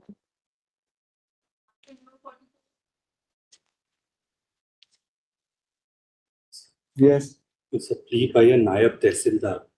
There will be no other side, lordships will not be there because the contempt jurisdictions are there. Why should we interfere, Mr. Gowda? Lordships have entertained the SLP, issued notice. Lordships have. Why? It will charge. Need to appear before the High Court. This is an order which says that they will be framing charges. Because contempt petition. I know. On the face of it, at least there seems to be prima facie a contempt. You apologize. Twice over, Milos. Twice over. It is for the High Court to accept. Milos, therefore, High Court did not accept Milos. Therefore, we came to your lordship. Lordships entertained it. You can still impress the High Court that you are truly repentant. One charges are framed, Milos. Just see, the officer had 3 years of service in 21. The impact. Now it's over. No, Milos. His service is over. No, service, Milos. Charges are framed. There will be people, Milos, after him. A young officer appointed in 18, posted during COVID time. Merely because the High Court proposes to frame charges in a contempt case, if we start interfering, what kind of signal are we sending out? Understand, if it was a fresh matter. Dignity of the High Court also needs to be protected. Absolutely, no difficulty. Not only by the stakeholders there, yes, even by us. No, lordships are right, Milos. I am not even joining issue, but lordships have issued notice, said please adjourn the contempt petition. if on the face of it, twice apology was tendered and it was pointed out that Take nobody. equals to what is that, section 13? Truth is a defense there. So you show your true repentance there, so that truth will prevail. Because twice we have said so, Millers. Because the learned Chief Justice then was, because what happens? So you want to keep this matter pending till that judge retires? No, Millers. Don't impute to me, Millers. Millers, I was. Chief Justice orally told him, you reverse that entry. I'm told that he is going to retire in 2036. So no such hopes also. Because I was only praying for mercy before your Lordship. Because please consider this. This is not a case for us to. Because just consider this. Otherwise, because what happens? You can use your persuasive skills there. Because I can only, Lordships have issued notice. You are very persuasive. Lordships have issued notice. So you can test your skills there. Can I only request your Lordships to High Court, just do one thing, instead of this. Lordships have indicated to me, I fully appreciate it. Hear me before taking this. No, what happens is for free. You appear before the High Court. Because the High Court may hear me before considering further whether charges and consider my affidavits. Frame charges because it creates a prejudice. The impugned judgment passed by the High Court. However, before the High Court proceeds with further steps, an opportunity may be given to the petitioner. Opportunity of hearing may be given to the petitioner. Before frame, before first thing proceed, Lordship dismiss it. That means Lordships have agreed to framing of charge because the High Court order says charge is required to be framed. Including framing of. I'm sorry, Miraz. And because he's. After that, all issues are left open to be addressed. Grateful, dear. Very grateful. Obliged. Very, very grateful. My Lord, I am appearing. My Lord, just before my. I have instructions to withdraw the SLP. Oh, you have instructions. Why is that? Because there's an My Lord, let me say, I am for Respondent 1 and 2, Municipal Commissioner. That tender itself has been abandoned. EMD returned for a fresh EMD. Yes, fresh project. That project gone. He's selected now. He may apply. He can bid. We permitted that process to go on, so it's not gone on. No, it is abandoned basically. No, not that abandoned one. The fresh tender. The fresh tender also abandoned. That also is abandoned. Because now they are going for a larger plant. Anyhow, you wish to withdraw it. Lordship. What is your name? I'm the advocate on record. Shantanu Sagar. Shantanu Sagar, an advocate on record for the petitioner. Seeks permission to withdraw the special leave petition. Permission granted. The special leave petition accordingly dismissed as well. Great, deeply. Learned counsel for the respondent number 2. Well, I have prayed for 4 weeks time to file reply.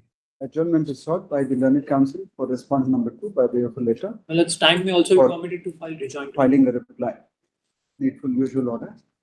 Based on. Well, it's rejoinder if any. Rejoined also. Is it? No, my lords. No, my lords.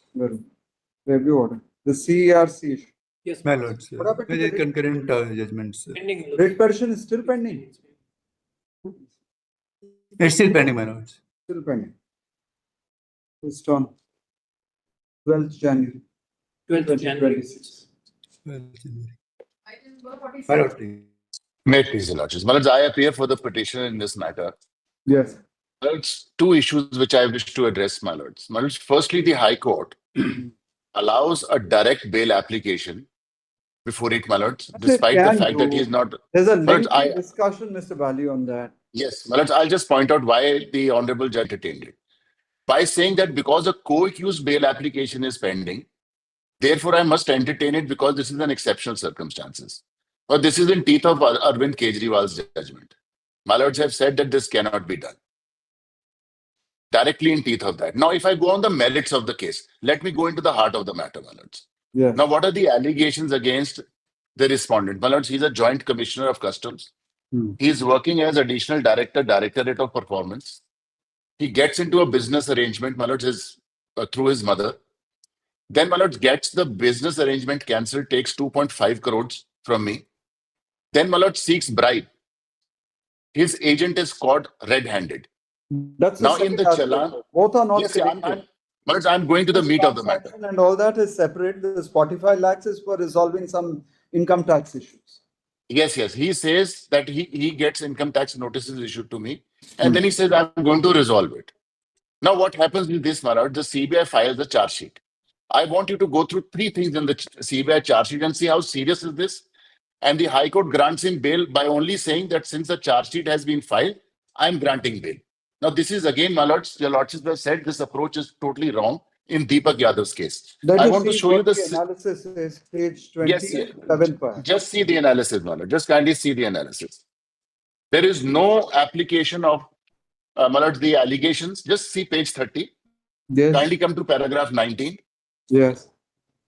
Now, let's just see the petitioner was arrested on 1st of June 2025, wherein after investigation in the case has been completed, charge sheet has been filed by CBI. On 30th of July, 19 prosecution witnesses have been cited. None has been examined till date.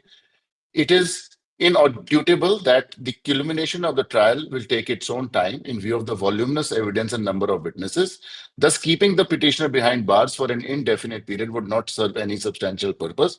Once the investigation is complete, the court does not deem it proper to delve into the rival contentions raised at the instance of the rival parties, lest it may prejudice the trial. No finding. No, nothing. This is There's a it. question of giving a finding. No, just kindly see, This is already filed. He's been in prison for over a year now. No, my lord, it was no 1/6, so about 3 months. My lord, the seriousness of the charges and this kind of a finding. 2 months he was. My lords have looked down upon. The presumption is one of innocence, not of guilt. My lords, may I just keep him in prison? He's a senior officer. The amount is also not caught from him. It is from his agent, my lord. Other man. Unfortunately, what they do is they're a little too impatient. They should at least wait till the person who receives it goes and gives it to the main culprit. They don't wait for that. So just let me point out. As of now, you have the other man accepting. There's no proof of this man getting that money. No, there is proof. There is direct proof. Just give me 3 things, my lord. Just allow me 3 things from the affidavit. Just kindly come to page 135. 130. And I will show to your lordship this kind of approach my lords have looked down upon in Deepak Yadav's case. That you just can't say charge sheet filed, so therefore I'm granting bail. Not on that ground. Yes. Not just on that see with me page 135. The fact is also taken into account that the trial is yet to commence. There are 19 witnesses. The trial will take time. This is not even a heinous offense which requires incarceration. But and just see, just see his conduct. Just bear with me, my lords. I'll just show you three pages. That's all. You have another axe to grind because you had some personal interaction with him, some transactions, business gone bad. All that. No, Malad, what happened was he coerced me into with the PCA offense here. I know, Malad, but I'll just narrate what happened. He entered into a business. Supposed to settle. No personal score. Then, in addition to that, he asked for bribe. Now, just see page 135. Just bear with me, Malad. 3 things I want to show you from the charge sheet. Just kindly come to page 135, Malad. Yes. Kindly have paragraph 2. During the course of investigation, exhibits in the sealed envelopes contained 5 memory cards made of so-and-so, duly sealed, contained audio recordings of verification, time of transaction of bribe, voice samples were sent to CFSL Chandigarh for obtaining expert opinion. Now, this is pending. Number 1. But he was on the phone when the bribe transaction was happening. Now, just see, my lords, just see the seriousness of what this person has been doing. Just kindly have page 153. Yes. Have paragraph 16.44. High Court. 153. 153, 16.44. Yes. During the investigation, 16.44. Yes, Manoj. Yes. Just right on the top. Yes. During the investigation, searches were conducted at the residential premises of Amit Kumar Singhal. During these operations, cash amounting to 96 lakhs, jewelry bullion worth 3.5 crores were recovered. Furthermore, various documents and information in India, Delhi, Mumbai, and Punjab and abroad were also seized, revealing several Amit Kumar Singhal. The matter is being looked into separately by the CBI. Now, see, Manoj, what this person does. We will issue notice. Grateful, Manoj. I'm deeply obliged. Issue notice. Returnable. Can it be returnable, Manoj? Grateful to yes, Manoj. Returnable on 3rd November.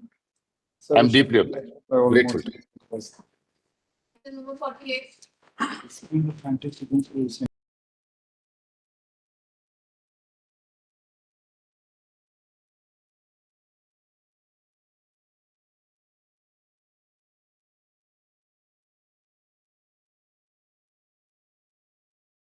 Yes, Malits, they have introduced a fresh roster. Interestingly, point 15, the roster point 15 still remains for SC, in which I had applied. Now, Malits, this is basically both the courts, CAT and High Court, has dismissed my. But 15 still remains the 15 same. remains SC. Malits, in the impugned order itself, if Malits may say page 12 of the impugned order, they have themselves, Malits, extracted the existing position 2005, and on the column on the right is the as per the new roster, and 15 is SC. Yes. It's the earlier above positions which were introduced Pahadi for the Pahadi-speaking people and EOW. Now, Malats, what they did is when my post was vacant and advertised, SO 127 was still passed. By Malats, in the sequence of events, SO 127 was in 2020. My post was advertised in 15 December 2021. Very well. It was still fine. It was still reserved for SC. Very 1 year after that, when I applied, I'm eligible, everything. In 2022, April, May, they suddenly decide to amend the roster. And what is the roster now? Malas, now the roster, they are saying that you start it afresh from serial number 1, in which this particular seats goes to an to an open merit category. Open merit. And they have taken out a provisional list with open merit.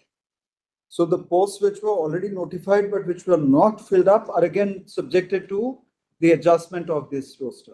Malas, they have started from 1 onwards, a fresh roster. It starts from open merit. We are saying, Malas, the roster which is at page 12. Page 12, Malas. Page 12. Yes, that is It's the a 15, roster on the left side. 15 cycle roster. Yes. That is what they have done, Malas. It is nobody's disputed position today, Malas, that Malas, when the position was advertised, it was for roster point 15 for a SC candidate. That position had been carrying Malas forward from 2 earlier advertisements. There was a special drive 1, there was a special drive 2. Malas, in any case, that's an admitted position in High Court Para 16. They are admitting to these undisputed facts. They are simply saying that in 2022, because of the amendment which was carried out and new reservations were introduced, they are somehow entitled to start a fresh. My grievance is limited to that. I'm simply saying, with regard to a notified post being brought back to this new roster. To the new roster, Malas, what was the stage of your selection process? You had already applied. Malas, my results are also Malas there. He first process he applied in 18. He could not be selected. He was not selected. Post was carried forward in 21. Yes. He made an application. At the stage of application itself, the post was withdrawn. If my friend finishes, my lord, I can explain. No, but why do you apply it to a process which is already ongoing? I'll tell you what happened in 2019 after 370 was abrogated and the states were reorganized. The fresh rosters will operate for all services in all the 3 states. So, and along with that, you can apply that. Correct. Why apply it to an ongoing? Requisitions were withdrawn. Just kindly see that letter is not even under challenge. Please see at page 61. Please see page 61. Just kindly go step by step. First see page 43 because I have suffered. This lady is selected. 118 posts were advertised in the new roster. 117 are filled up. This is the only one which is not filled up. As per the new roster, hundreds of posts in Kashmir, Ladakh, they are all advertised and filled up. Now, kindly see this 20th April 2020 notification at page 43. Yes. In the exercise of powers conferred by Section 23 of the Jammu and Kashmir Reservation Act and rights of persons with disability, Lieutenant Governor of Jammu Kashmir directs the following amendment shall be made in Jammu and Kashmir Reservation Act. So, 1, this Pahadi speaking people reservation is added. Number 2, the percentage of reservations are changed is by Section 4 at page 43. Reservation and direct recruitment, the available vacancy shall be reserved in service and the percentages are also changed. Then your lordship may come to page 44 at the bottom. This is where the reservation rosters are started afresh.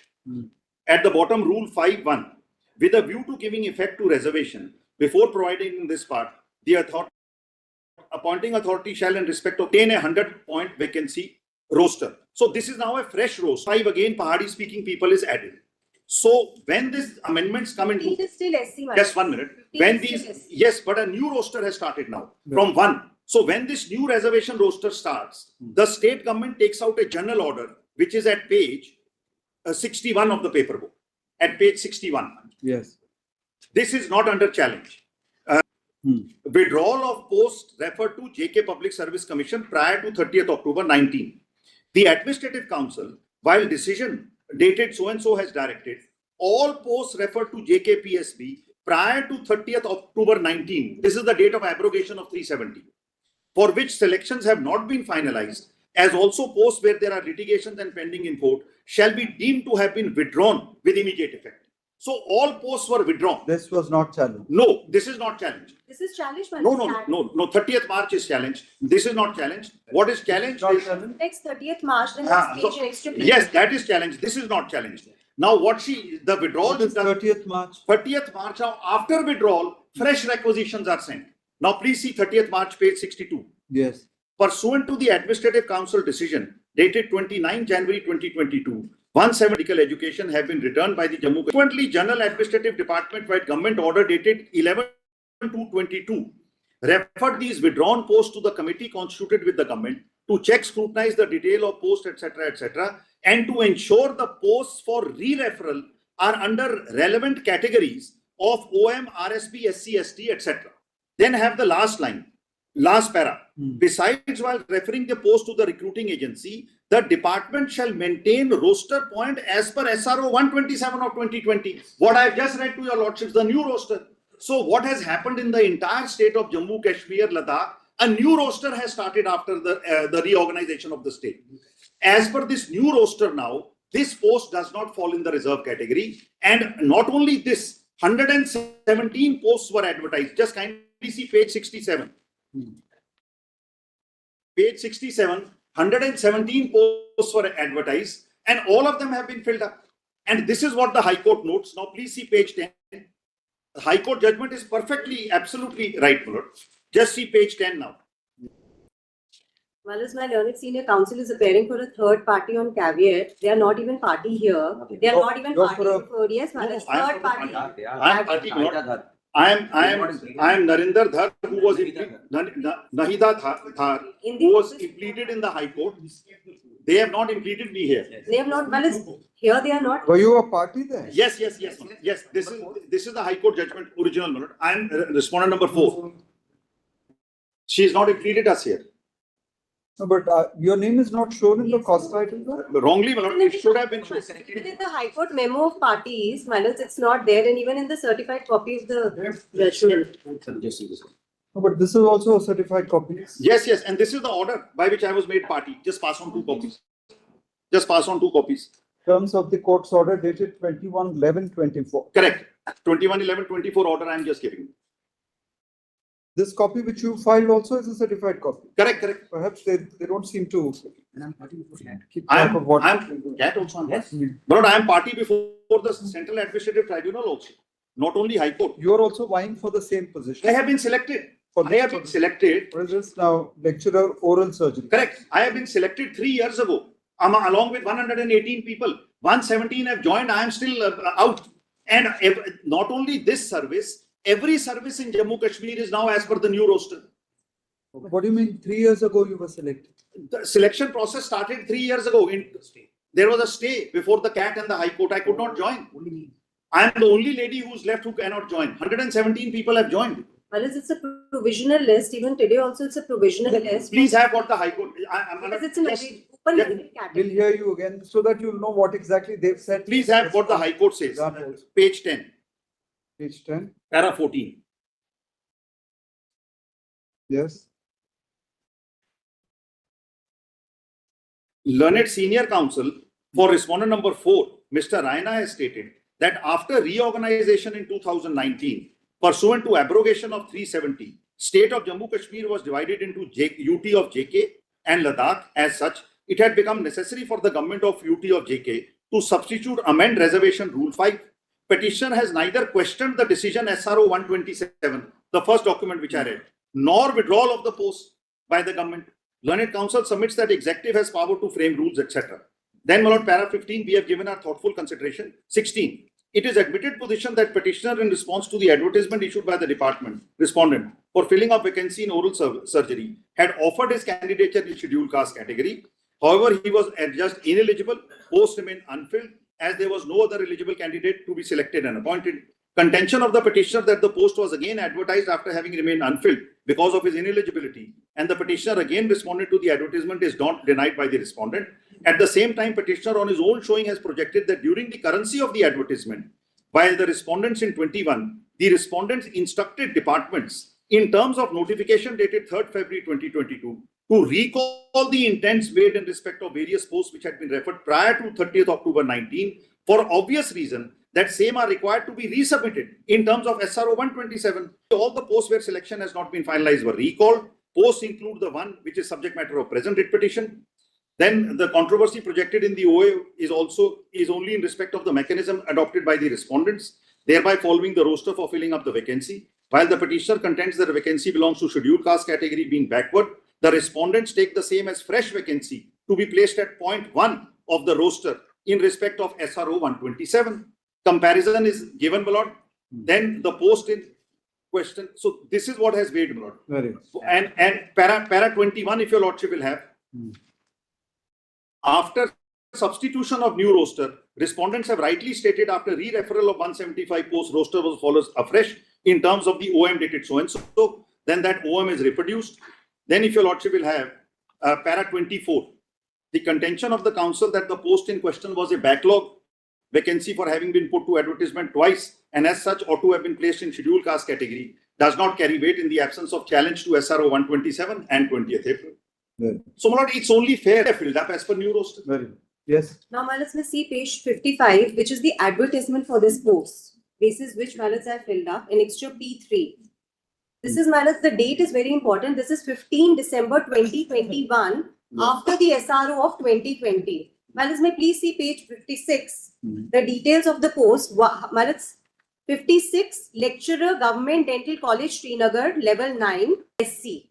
This is the advertisement, on the basis of which, after this SO was issued, that I had applied under the SC category. Now, after this, still this stage, I was not aggrieved by any of the decisions taken because, today also my contention is that SO 127 in itself is, there's nothing wrong with it. All it simply says is introduce new categories. I have no grievance with that. I cannot have. My only grievance is, when they suddenly withdrew the post. Because you never challenged that proceeding though. We challenged 30th March 20.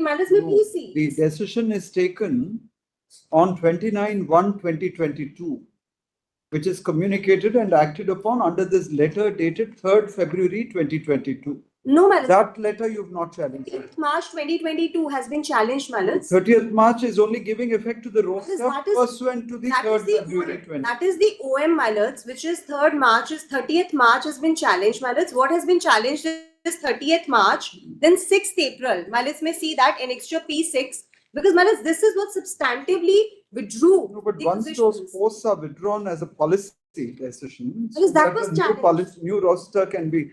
This letter, page 61, you've not challenged. Yes. Page 61 is what is crucial because it says the undersigned is directed to require about directions of the Administrative Council in letter and spirit. So this 30th March 22 is only a consequence to this. So this is the route.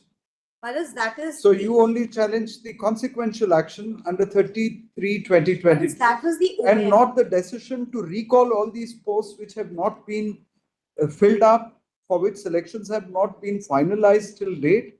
That recall remains unchallenged. That is the challenge. 30th March 2020. 30th March is a consequential action. And also the 6th. Applying the subsequent roster. May please say 6th of April in extra P6. No, but that is why, other than that, you have no vested right. If your selection is, even if you had been placed in a select list, you still don't have a vested right. Here, the select list has also not come about. And past experience, you were not selected once. That is ineligibility. The post was carried forward. It was not. Where is your vested right to the position insist that the earlier process should have been carried through? That ineligibility in 2018 was due to inexperience of 2 years. This time, I was eligible for. You don't have a vested right though. Well, it's about. Your entire case is that you have started this process. I've applied. At that point of time, the roster point was 15, which was applicable to this post. I was eligible. Therefore, you ought not to have tinkered with it. That is all, is it not? Well, it's today That is also. your whole case. 15 But is the for SC. The Today difficulty also. is, even if you had been selected by them, Yes, ma'am. and then they withdrew it, even then they could have done it, because you have no vested right. Well, it's the- If as a policy they decide that they want to change the reservations, and then they introduce a new roster. Correct.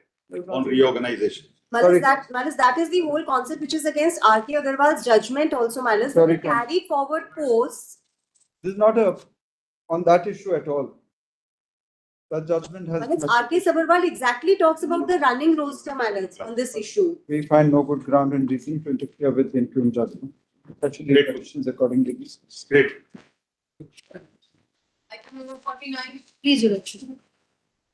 Your Lordship, it's an anticipatory bail. Nothing this we can order.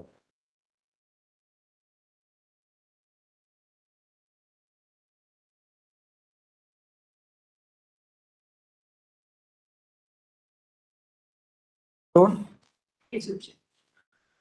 Your Lordship, I was. Issue notice, Your Lordship, I accept. returnable on. You're on caveat in this? No, on this for the You're for the state? state. Yes. Accept notice. In the meanwhile, I press. Issue notice, returnable on 17 November. Service shall be effected by all modes including this thing. In the meanwhile, the petitioners shall not be arrested in connection with the fire number so and so, subject to the condition that they join and cooperate with the investigation. Much obliged. Much, Relation there. much obliged. May I please, Lordship? This is What again, exactly is the this is different, my lords. Lordship, you kindly see page 133, para 47 of the earlier judgment. We are the people who are 33. 133, para 43. We were employed in other departments and authorities. So we were not required to participate in the new proceedings. We were only within 3 months to be absorbed back or confirmed in supernumerary positions. We made multiple representations, my lord. Till date, they don't acknowledge, they don't respond. This is State government. for you to return to your parent. Yes, my lords. So we did not have to. Sorry. I'm in 51.1 in the same boat as in 51. We have also written a representation, but we have not been absorbed as yet, even though 3 months have expired. I thought you were teachers who still want to be continued. Yes, we want to be continued, my lords. What has happened is, since You were earlier teachers. earlier also we were teachers, because we were under the earlier recruitment, the High Court permitted that we could participate for the same post, same pay scale, because then the regional restrictions will not be there. That was a small, earlier they changed into a new regime. Earlier, all of you were working as 2003 teachers. onwards, some of us from 2003, 2004, 2006 onwards. So para 47 lordships have demarcated the categories of people who have moved in under the leverage given to the existing assistant teachers. We spoke of different departments of the state government. Correct, my lords. What department were you in? The education department, my You were in lords. the Education department, so therefore we would have continued in the same department. The question will be, the posts will have to be confirmed because we need a fresh appointment order, because we have relinquished our earlier posts and therefore lordships have protected our seniority, continuity of service, etc. Without the Both cases relate to this only. Yes, yes. Repatriation to your old Yeah, jobs. absolutely. Or confirmation in the same department, because we're doing Old the same jobs only. The same jobs, my lords, because we are in the same department. Only same We scale. only sat for promotion, that's all. Otherwise, No, this in my case is not about promotion also, my lords. Same pay scale. It's just that the new recruitment is under a state-wise regime. Regularly recruited. Absolutely. It was earlier job. Absolutely. We've stated that in our representation. Lordships would kindly see my representation, page 139. Immediately in April, we gave a detailed representation. Because we have about 140 odd we filed illustratively, my lords. Whereas 6 lordships would see at page 140. The prior to his selection in 2016, which lordships were pleased to quash. Applicant had already been working as an assistant teacher in so and so from 1/7/2014. Poor lordships would see. Para 7, my initial appointment is 2008. Page 7, para 141. My lordships may issue notice, they will issue the appointment also. But my apprehension is, my lords, because the new lordships are aware that the new process has started. They might just fill up all and then they leave us high and dry because we need an appointment order. Today we are operating under para 40. These contempt cases allege violation of the direction of this court in para 47 of the judgment dated 3/4/2025 in civil appeal. It is the specific case of the petitioners that despite their attempts to be repatriated to their earlier jobs, all of you are in the education department. Yes. In the education department of the state, steps are not being taken to absorb them in their earlier posts in terms of the directions in the aforestated paragraph 47. Issue notice returnable on. Short date, if my lord. Yes. 27th October. 27th. Shall be affected by all modes including this. Grateful. Thank you. 52. It's an appealable order. Why should you? My difficulty is. Why should you come by way of a 32? No appeal will be available. Will not be heard, my lord, at all. Whatever it is, it's an appealable order. Why should we start entertaining writ petitions under 32 against appealable orders? You have a remedy. There is a procedure to be followed. The person who has intervened, he has not been heard. How the appeal will be heard, my lord? Because we are the affected. You've obviously been put up by the other man. No. Kindly just kindly bear with me and see only two things, my lord. We have paid, my lord. Whatever it is, you raise it in the appeal. You ask for leave and file an appeal. The person is. We are not inclined to entertain this petition. My lord, in that event, may I suggest this, my lord? Because, my lord, if the appeal will not be maintainable, I'll have to go in writ before the High Court. Whatever it is, we are not going to entertain then permit me to withdraw with liberty to approach. We won't say anything about liberty. You need to go before the appropriate authority. You make a choice there. We are not going to advise you as to where you should. Your lordship is the appropriate forum. We are not inclined to interfere with, entertain this writ petition filed under Article 32 of the Constitution. Lord, may I just. Petitions accordingly dismissed. My lord, may I just. Dismissal of this writ petition shall, however, not preclude the petitioners from invoking appropriate remedies as may be available to them. My lord, for the appropriate forum. Lord, instead, may I suggest, my lord, lordship may permit me to withdraw, my lord. Without anything. Lord, with liberty to approach the appropriate forum. But if we dismiss it, also what difference does it make? My lord, it will. Bias. We argued for some time, and senior counsel for the petitioner seeks permission to withdraw the this writ petition filed under Article 32 of the Constitution, reserving liberty to the petitioners to invoke appropriate remedies available to them before the appropriate forum. I'm grateful. Permission is granted. The writ petition is accordingly dismissed as withdrawn with respect as of first date. I'm grateful. Why has this matter come before this bench? It should not have this. I was about to point out that. What exactly is happening in this court? We don't understand. It happened yesterday also in one of our matters. I've been told by all my seniors, all the seniors that I have sat with, that it is impossible to make sense of what the registry does. But I'm still trying to break my head over it. So I've already called the registrar to ask him why exactly is this matter listed before this bench when it was being heard by the other bench all through. Being heard. We were also wondering how this happened, and there was a specific date given by that bench for today only. That also I've seen. Yes, it was. In the last. Is there any order passed by Justice Satish Chandra Sharma? No, not in this. Justice Sundaresh is hearing this matter. No. In the Madhya Pradesh High Court. Not in this. No. Not in this matter. Earlier on. There is no that kind of order. That's what I looked at the single judge's order. I looked at the because it has been going on long gone by the time these orders were passed. It's been almost 1.5 years. He was not even there. Can I request Lordship to put it on Monday minutes before that? These matters before the bench presided over by Honorable Mr. Justice Sundaresh. Grateful. So it's on Monday minutes? As expeditiously as possible. We can't draw them. I'm grateful. Item number 7. Lord, here, my lord, the title suit filed by the respondent has been, my lord, decreed purely on the basis of the revenue records. my lord, on the basis of revenue records alone, the title suit has been decreed.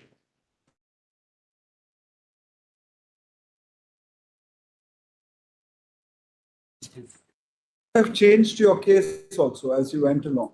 No, my lord, I didn't change my case when I filed an Page 15. when I filed an application for producing additional evidence before the High Court.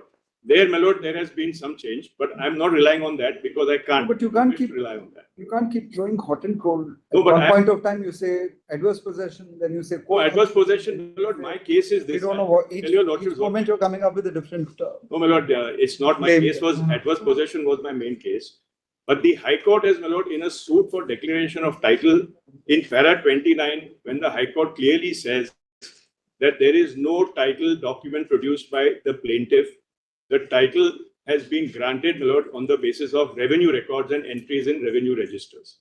So that is, my lord, your lordship will. Section 157. Yes, 157, presumption of entries. But that is only of possession. My lord, from possession to jump to title, the learned judge of the High Court, my lord, has relied on section 110 of the Evidence Act. In my respectful submission, my lord, if your lordship sees, the decision also relied upon by the learned judge. Look at para 28, your application under order 40. Yes, my lord, I am keeping that aside for now. I'll go on the basis. You'll have of to the look at the case in its entirety.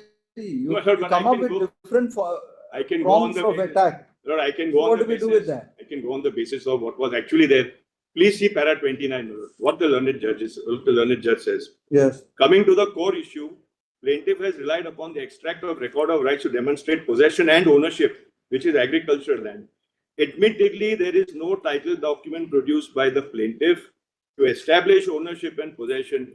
PW1 has produced the following extracts of the revenue record. So it's purely on the basis of revenue record. Presumption which attaches to. Yes, my lord. Now, for that purpose, my lord, there were certain documents which were not available to the plaintiff, being, and my lord, he's an illiterate farmer, now he's passed away. We produced some documents in the High Court. One document, my lord, clearly shows that I was also in possession of the same land. Kindly see that document, my lord. I was not allowed to produce it. But if your lordship has a look at page 123, which is a translated document, this is the first point. I have one more submission after this, my lord. If your lordship has a look at, my lords have a look at page 123.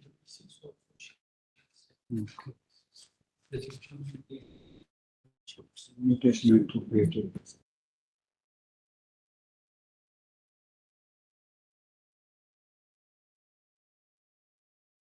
What Yes, is that? 123 is there is an inquiry register, my lord, of the city survey. After the Maharashtra Land Revenue Code came, my lord, in 1966, Yeah. there was an inquiry as to who is in possession of what land. Yeah. My lord will just find over there, after the first black line, my lord, under that, the plot number, the Hissa number is 34. There is a typing mistake of 36. It's 32 upon 34, which is the Hissa number in question. My lords will find the area mentioned is 2226 Rs, which is, my lord, comes to around 22 guntas. And please see the next column, column 4, Pandurang Matre, who is the plaintiff, and the defendant Gopinath Thakkar occupants. So, my lord, I sought to produce this before the High Court. This is not in pursuance of my new case. This is, my lord, in pursuance of my old case that I was in possession of that land. So this document, my lord, will go some way to show that the plaintiff's case of being in possession continuously of this land is not correct. Therefore, I, my lord, sought permission of the Honorable High Court under 4127 to produce. There are other documents which I'm not relying on because that may be on the basis of my change case. But this is on my pleaded case. The whole issue before the... You ought to have decided which way you're going to go. My lord, if you try to ride several horses at one go, well, Lord, I could not reach anywhere. Lord, I'll be honest, even we don't have a document of title in that sense. But the whole case of both sides is on the basis of possession. And my lord, they produce revenue entries. I then, before the High Court, produce this document. And this document also shows that I'm also in possession of the same land. Lord, there is something to be said about this. So this was my... So Divan, you're appearing. Lord, I have one more point. Lord, I have one more point. This is my first point. Lord, the second point is that we have also, and this has been dealt with by the trial court, we have also said that this Hissa number 34, because the whole issue is about Hissa number 34 and 35. His case is that 35, which admittedly belongs to me, is 3 hectares. My case is, and the title documents say so, and also the courts, both the courts below say that I am actually the owner of 22 hectares. Okay. He is also claiming 22 hectares and 34. We have raised an issue of demarcation that, look, let's keep aside the title, but alternatively, it has to be demarcated on the land. And this, your lordships will find, the learned trial court, my lord, looks into this aspect. My lord will find that in the trial court order at page 254 as issue number 4. As issue number 4, my lord. Yes. And this was the plaintiff's own case, that there's a problem in boundary. The plaintiff has come out inter alia with the case, para 17, that the original defendant had raised a dispute regarding the boundary of the suit property and the adjoining property. Original defendant in his written statement dated 24 June 17, para 16 and page 5 has admitted that he objected the plaintiff for putting up boundary and fencing. It is true that the original defendant, while giving this admission in written statement, has stated it was the plaintiff who was interfering with the possession and the plaintiff was possibly putting a boundary and fencing. Be that as it may, one thing is certain. There was a dispute regarding the boundary and fencing around the suit property at whose instance apart. But, look, this is the finding then I'm agreed by. But, since it is already held that the plaintiff is owner of suit property, that he was in possession thereof till the filing of the suit, plaintiff is entitled to an injunction as prayed for in the plaint, along with declaration as sought for in the suit. No, my lord, but area is not determined even by the trial court. There's a separate procedure. Perhaps you can approach the survey authorities or whatever. Yes. So that, my lord, this was squarely raised. This was squarely raised over here. During the pendency of these proceedings also, you could have asked for an advocate commissioner to be appointed. Because it was squarely raised, my lord, and the matter was before the High Court. Pursued it at that point of time. So, and the High Court, my lord, has not made any observation on this. The High Court doesn't. The High Court, besides saying this won't, in any event, they said nothing. He just left it hanging there. Even yes, your lordship is right. The trial court has also not really made any observation. But trial court says, in view of the fact that the plaintiff has shown that he's the owner or in possession, that's enough. That's not enough to show what is the area. So that's my second submission. So these are the 2 points. Yes, Mr. I would respectfully urge your lordships not to interfere in a matter like this. Now, the first point to be noted, I'll just come to this issue, is that this started in 1968. It's a 1968 suit. Thereafter, it was amended in 1970, etc. Yes. Now, just go to 207. Just go to page 207, paragraph 7. This is his written statement. Okay. May I read? Your lordship said para 7 on 207? Yes. So I'll start from the 6th to the 7th line. The defendant submits that the present suit is barred by the law of limitation, as the plaintiff has never been in possession of the land since the year 1960. The defendant states that his predecessor in title, Mr. Sorabji Dinsoji Talati, was adversely, openly, and to the knowledge of the plaintiff and his ancestors was in possession of the suit land through the defendant, his tenant at that time, and thereafter the suit land was purchased by the defendant in a court sale in the decree against Sorabji Dinshaw Talati on 25th July 1956. So his claim is that Sorabji was in adverse possession, then after he perfected, and in a court sale under adverse possession, he secured title. Now, this is too much, my lords, in terms of a defense. Now, therefore, the court looks at it. Now, please see what the court looked at, my lords. The court had documents over there from 1932 onwards, that my learned friend saw. From 1932, just have a look at the record, my lords. Please go to page 26.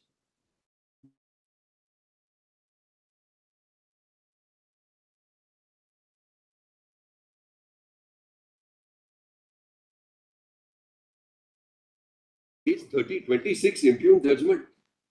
Page 26. Yes. See what the court had before it. It had entry number 121, certified as of 31st March 1932. The entry in the Haggache Patra states that the mutation so-and-so, this is my father's name, has taken place in the survey number. Then entry number 473, certified on 27th May 1953. And then there are 7/12 extracts, etc.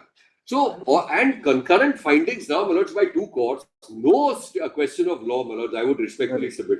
Let this matter end here. Lord, I also have produced that one document before the appellate. Too little, too late, perhaps. Lord, would your lordships please leave it, give me the liberty? We won't say anything. No, with regard to demarcation, my lord, since there is, That's a separate procedure. but there is already, my lord, in the. Need to apply to the authorities concerned. Lord, in accordance with law. Nothing, we won't say anything about Because, my lord, in the trial court order, just. The impugned judgment passed by the High Court, especially petitions accordingly dismissed. Lord, only because the trial court has, my lord, said something on it, which is why. Make an application that can be done. But then that should not come in my way. That's the only thing. We won't say anything. Otherwise, it will come in my way. No, why will it come? Because the issue of. You are the owner of that, sir, the adjacent number. Yes, I am. You're entitled to always. He's your neighbor, so you can say that you want a survey to. The problem is where your land ends. Trial court's order is approved till your lordship's court, till the Supreme Not Court. at this. It may come in my way. Mention this also. Having heard, learn a senior counsel for the parties. We are not inclined to. I am great, Lord. Please.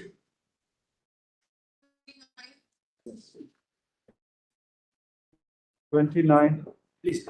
I'm sorry when it was called out in the first round, I was not there, my lords. Yeah. Pray for the creditor in this case, lordship. This is a matter, my lords, where the courts below have, my lords. Paid 60 odd lakhs out of 3.52 crores. No, my lords. In fact, he has paid that. That's correct. You want him to be directed to pay the balance amount, secure the flat, thereafter you will live in it. Yes, my lords, because this is to be treated as a shared household. That's correct. My lords, what has happened is, we had purchased, I don't have any other property in Bombay. This is the only flat. This was not lived in by both of you. It has not even been purchased as yet. No, my and lords. you want us to treat it as a shared household. Under the judgment of Prabhatyagi, my lords, there is a right to reside. My lord, right to reside at least in a house which is already there. But this is there. You can't say that I dreamed of it and he said he promised he would buy that house. Therefore, it's a shared household. Now direct him to buy that. No, my lords, with respect. The agreement, where will it end? The agreement is entered into in 2020. Possession was to be given in 2021. Well, it didn't happen. Because of the builders. The loan account is declared NPA. Correct. The developer has given a notice of cancellation. Correct. But so therefore, in that sense, the question of you're asking him to. If he goes bankrupt, are we going to haul him up then? Under section 19. My lord, if your lordship, my lords, today has to consider whether I come within the framework of a shared household. My lord, if I definitely not a shared household. My lord, in my respect, may I make just half a minute? Has absolutely no effect. May I make half a minute of submission for your lordships? My lord, your lordship may only test my submission just half a minute. My lord, the point is that otherwise we were staying on rent in Bombay, my lords.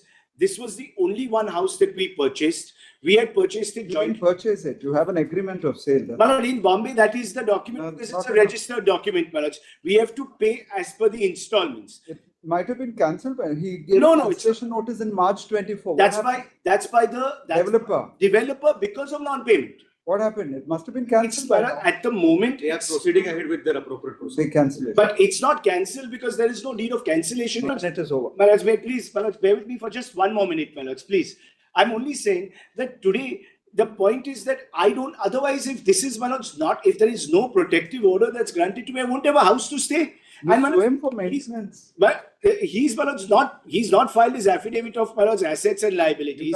You can't claim that this is a shared household. But today, Manoj, he's not even saying that he can't pay this money or he can't pay the EMIs of this property because he's not filed his assets and liabilities. Manoj. Sorry, Counsel. Will your lordship interfere with the impugned corrected order passed by the High Court? Corrected order dated 8/7/2020. Passed by the High Court. In furtherance of the earlier order dated 4/7/2020. May I request your lordships? According to this. May I only request your lordship's indulgence on this? Only seeing the party circumstances where your lordship gives some directions for my DV application to be heard in some kind of framework. I am completely remedialist. He's not paying me my maintenance. He's not filed his income affidavit. What are your remedies with regard to that? My lord, if your lordship, if it's some, my lord's indulgence, your lordship may show just on the DV time frame, my lords. That's all I'm asking. You can't fix the board for the. Sorry.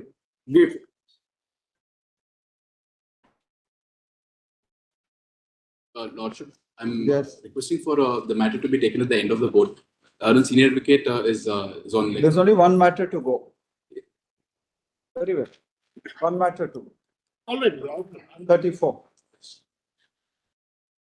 Please, my lords, I appear in item number 34 on behalf of state. My lords were pleased to issue notice in this matter. No, but And my lords, you want to proceed on the basis of a paper publication in a My criminal lords- matter of where he's been acquitted. You're coming with a delay of 1,855 days. You obviously don't know where he is. And My you want lords- to proceed on the basis of a paper publication. my lords, what has happened Paper is, publication in civil matters is one thing. In a matter of this nature, how do we even proceed? My lords, What is the purpose of this case being heard on merits if you're not even able to secure his presence after that? My If you lords- succeed also, my what lords, is the can I purpose? only submit? Can I only submit my lords? My lords, because we are not being able to find him in a particular district and in state of Where is- Uttar where Pradesh. ends the Therefore, we matter? have done it. My lords, may Paper appoint the publication is not even permissible in a matter of this nature. It My can't lords, be. my It lords, it's can't be. also difficult for the police officers to search him in entire country. Sorry. Therefore, my lords, my There's lords, no- To begin with, there's a delay of 1,855 days. my lords, I agree that there's a delay, my lords, and the Then where notice is has the also question? been issued. Notice has also been issued Well, you're on this, not my even lords, able my to lords. secure his presence. On that ground, we'll dismiss it. My There's a delay of 1,855 days in the filing of this special leave petition against the judgment of acquittal dated 12/10/2017 passed by the Allahabad High Court. Notice having been issued, the petitioner state was unable to effect service of notice upon the respondent whose whereabouts are unknown. It seems to have effected substituted service of notice through publication of the notice in newspapers. However, we are of the opinion that such substituted service of notice cannot be permitted in a matter of this nature, where the respondent would necessarily have to be heard before interfering with the judgment of acquittal in his favor. As in the light of the aforestated facts, we are not inclined to condone the delay and entertain this special. My lords, there was a COVID period also in between that, my lords, after 2017. For condonation of delays accordingly dismissed. In consequence, the special petition is also dismissed. Item number 32. Congratulations. Yes, Mr. Bose. My lordship seen it, Miller. Lordship, and the first point is there's a delay. There's no delay at all under law, my lord, because your lordship will know the FIR says an unknown person has committed the crime. And therefore, the first final report was filed on 2/6/2015. And we make a note of the date. 2/6/2015. 2/6/2015, the final report was filed. That final report was not accepted by the court. It rejected it. That order was challenged before the High Court in the revision petition. The High Court allowed it and wanted to hear wanted the complainant to be heard before it was dismissed. Later, the revised final report was filed against only A2. That was filed on 2/11/2017. I should have said A1, not A2. That is a present respondent. 2/11/2017, the revised final report was filed against A1 only and A2 was deleted. My lord, after considering the protest petition, cognizance was taken against both the accused on 28/9/18. Yes. Then your lordship, when they go with challenge before the High Court, they come up to the Supreme Court against the cognizance being taken. It is held that the cognizance is valid. And therefore, and with the direction that the matter be disposed of within a stipulated time, the matter goes back. Your lordship, when at that stage, your lordship will find there is a petty. As against A2, no challenge now. As against A1 and A2, together a challenge the cognizance order earlier. So what happens now is they challenge they want the discharge, they claim discharge. That is A1 alone claims discharge. As against A1, the application has been filed. First point is no question of delay at all, my lord, because the first final report was filed in time. Thereafter, in compliance with the orders of the court, the further investigation, revision, etc. was done, and then thereafter only this was filed. So as against A1, there can be no question of delay at all because A1, the first final report was filed in time. This is the first point. This is the one on which the court feels that the first complaint was filed, it just mechanically calculates the date and says that it is, and therefore it is barred by limitation. Now, my lord, this aspect is not considered. The crucial question is on what date the first final report was filed. And therefore, any delay because of the court taking cognizance it cannot stand under the year. That is the first point. Next point is, my lord, under section 66D, the court says 66D or the Information Technology Act, punishment for cheating by personation by using computer resources.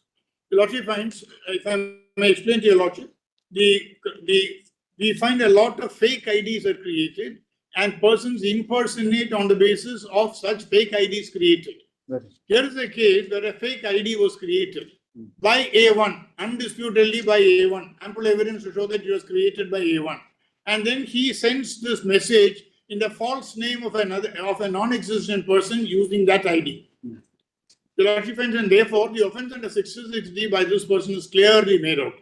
Now the court takes a very surprising, may I call very unreasonable stand to say, section 66D or the Information Technology Act uses the word cheating, and therefore the court says cheating must be as prescribed in the IPC. Not the law at all, my lord. I have gone through the IT Act. It does not say the expression is not defined here. Will take its color from the expression uses cheating, and cheating has to be understood in the normal course. My lord will always see what is the mischief that they wanted to prevent. Fake ID is created, and then on that messages are sent. The court says that will amount to impersonation, and that will be actionable. In that the word cheating is used, it does not mean that the cheating means that it should satisfy the definition of cheating in the IPC. And therefore, that part of the 66D cognizance also goes by. And 66D, this man is directly responsible. A1 is a man who created the false ID. I'll take your lordship to the charge sheet.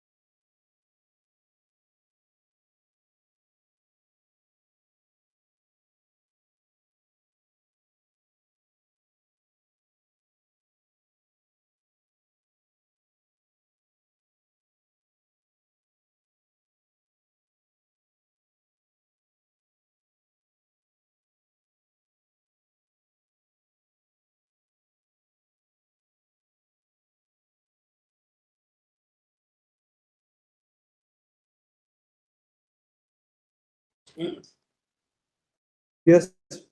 The offending act is at page 39. Anything further? Permission, just 1 minute. I will not. Page 69 will show how the charge in the 66D will lie. Only for completion, my lord. The lordship has already seen it. 69. 69, the second line onwards, if that be necessary, I'll read it. On the above complaint, during the course of preliminary inquiry, requisition was sent to the Google service provider to furnish the internet protocol IP logs for the above email ID. So that is the email ID from which he sent this communication. Yes. The documents furnished by them show that he was the one who opened it using his Airtel line. Only for that matter, that there is sufficient evidence to show that he had opened it. My lord, matter has been going on for a long time. I've been requesting them, why don't you settle the matter? The lordship has seen it. The dispute. Settled with the earlier complaint. Yes. Let me tell you something. Kindly see page 39 for a minute. Because this is the root cause of all this. And see the allegation. Page 39, this is the email I'm supposed to have sent. A1 is supposed to have sent. A1 is a respondent before your lordship. The meeting of IAOMS is currently happening in Barcelona. The current president, Dr. Kishore Naik, and his extended family of health and advancement is on a visit in this place. Kishore Naik, through his contacts at IOMS, made so and so. One of them is the petitioner, George Paul. Gunashilan Rajan, Manjunath Rai, so and so, speakers for this meet, causing a huge loss to the ICAOMS. This is currently the talk at Barcelona, where Indian has become laughing stock thanks to the HMA Trust presided by Dr. Kishore in a series of malpractices supposedly through Dental Council of India and has been raided by CBI. Gunashilan Rajan was arrested repeatedly by CBI in this regard, so and so, so and so. This is what they are claiming has defamed them completely. We are not going into No, I'm not on the merits. Gunashilan Milas was in fact actually arrested. Page D, they admit that. Gunashilan has settled with us. My lords, that 482 comes to be allowed.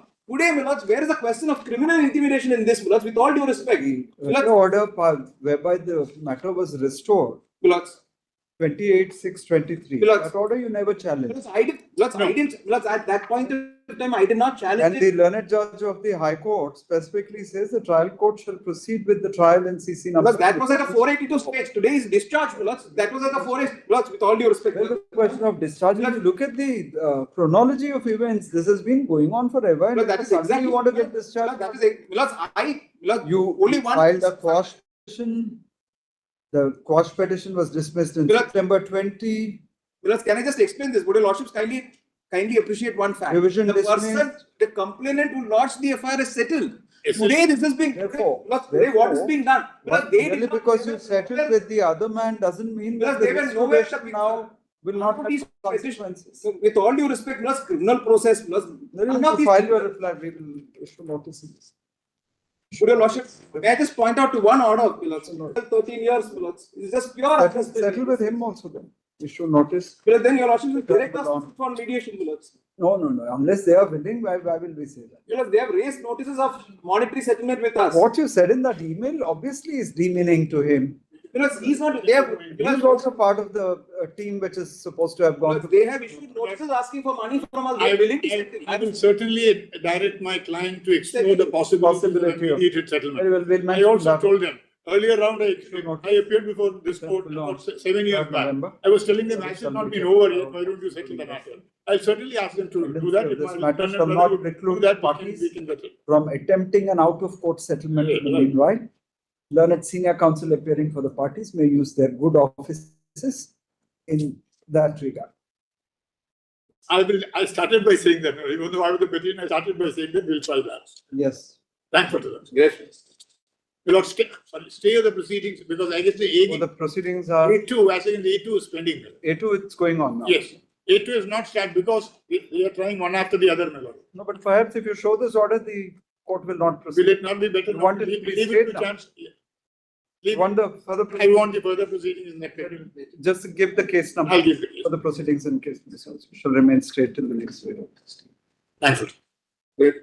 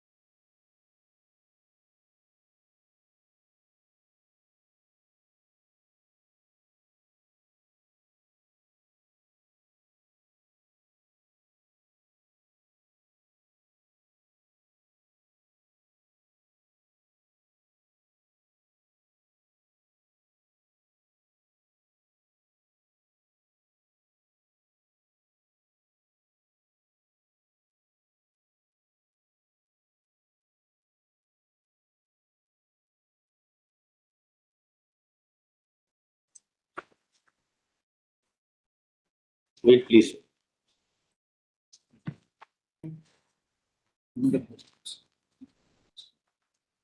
I have prepared a short note. I'm not going to read the note, just for easy and handy reference for my rejoinder submissions. Only one page may be relevant, my lord, for refreshing your lordship's memory, because that might answer most of my learned friends' questions, my lord. Yes. Most of the creative arguments, my lord.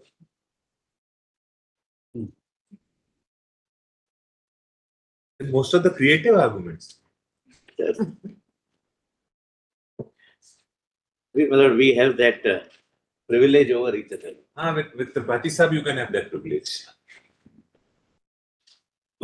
Yes. Lord, please see, my lord.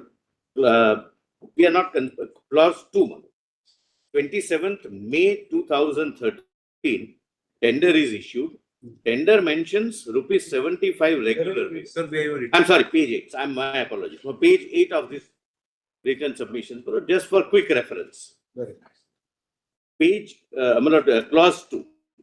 27th of May 2013, tender is issued, and tender mentions, my lord, rate, meal, the first, my lord, is rupees 75 regular meal. Second, rupees 75 regular meal. But the total, your lordships will see 150. Correct, my lords? Now, he files a bid. So that is 29th of May 2013, page 8. 29th of May, where he does the same, 75, 75, 150. Now, thereafter, 9th of October 2013, CC is our commercial circular, internal circular. This comes after he bids, and which says that now regular meal you will get 112. 112 is the amount which he is getting. And 66.5 is combo meal, but the total is increased 178.5 instead of 150, 178.5. Please bear one factor, one fact in mind. This amount is only a pass-through, meaning thereby we do not collect anything. We decide, when we charge the passenger pays 178.5, which directly we pay it to him.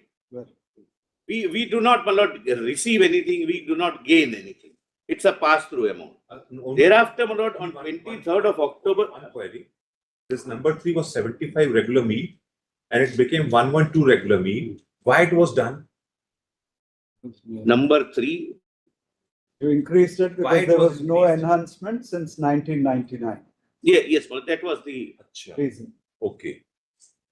So there was no increase since then. Yeah, yes. So now, my lord, 6, clause 6. 17 January 2014. Now, letter of award is issued. My lord, please bear in mind, my lord, one side, my learned friend, is a company who is into the catering business, has several catering contracts with railways and other bodies. It's not someone who is illiterate or ignorant. And on the other side, there is a statutory corporation, and nobody is going to gain anything personally. It's not a contract between two private individuals when one can coerce, misrepresent, influence, etc., the other. Now, letter of award is issued with the same thing, Lord, 112, 66.5, and the total which he had bid, my lord, for 150 becomes now 178.5. Correct, my lords? Now, from 21st of January 2014, he commences, my lord, the catering services without any demur, without any objection, Lord, without any suggestion, and he starts me sending the bills also, the billing also, right from the date of commencement of the contract till, Lord, he initiates the arbitration, is as per the award of contract, that is 178.5. Lord, matter doesn't stop here. On 21st of April 2014, a master license agreement, Lord, comes into effect. Lord, this is after the first invoice. He raises the invoice because then only I pay. He would say that I have a cater 200 passengers, hypothetically, figure is hypothetical. So, my lord, 100 multiplied by 178.5, I'll make the payment. My lord, after the first invoice, master license agreement comes into effect, which also mentions this, my lord, that 112 regular meal, 66.5 regular meal, but the total will be 178.5. My lord, this continues till Lord, 3rd of October 2019, where Railway Board prospectively modifies. Prospectively, my lord, I am highlighting that word. Prospectively modifies that now it would be 112 plus 112 and the total would be 224. By that time, my lord,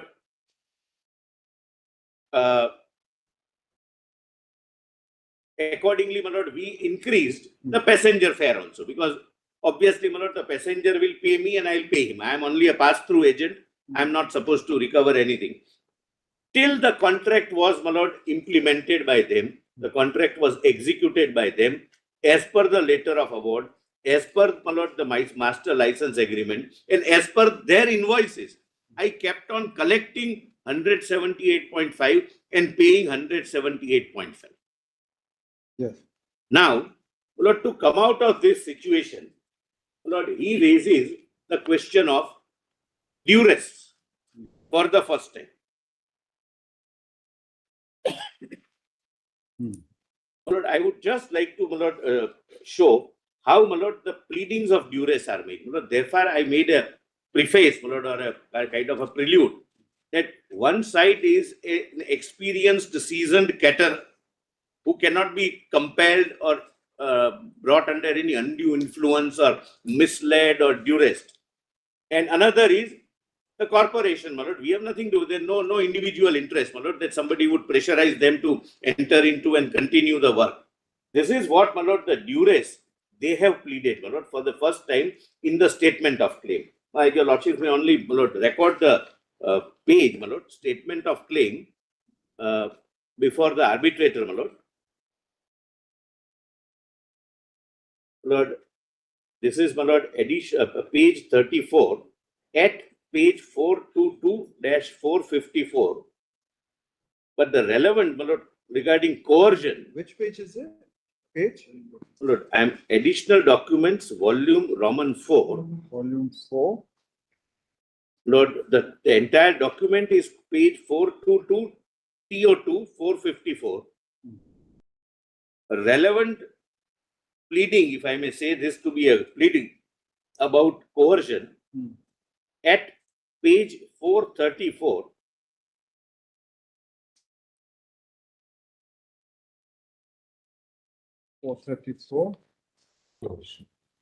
Para 16.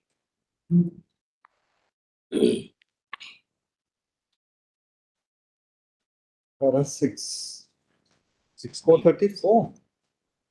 434. Para 18. 16.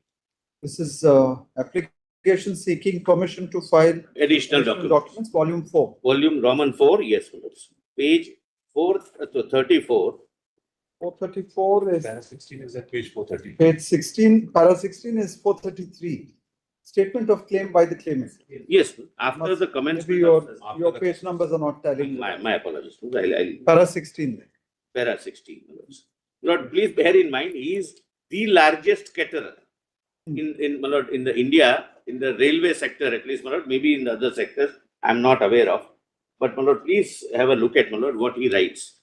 This is the pleading. Yes. After commencement of services, when the claimant tried to raise bill for the meal supplied at the regular rates for the lunch and dinner, however, it was informed by Northern Railways, by whom, for whom, why, the predecessor of the respondent, that unless the bills were raised as per commercial circular dated so-and-so, bills will not be cleared.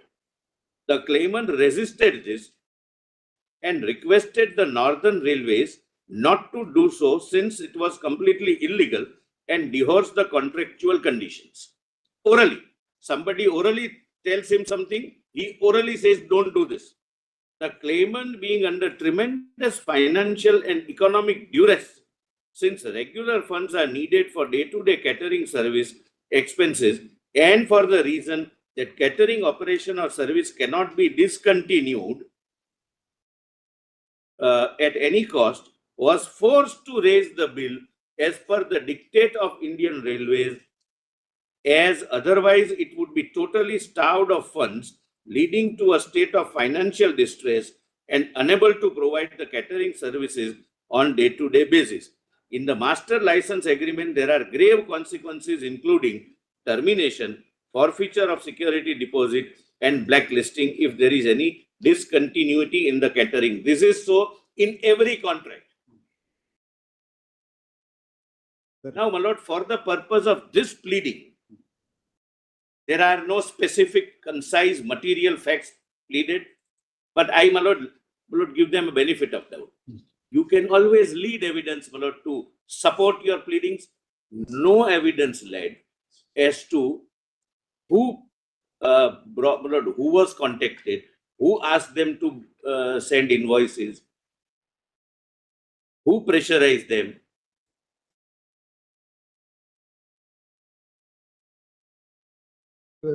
Now, page 462 of our statement of defense, we have not categorically denied this. 462. 462, my lord. Yes.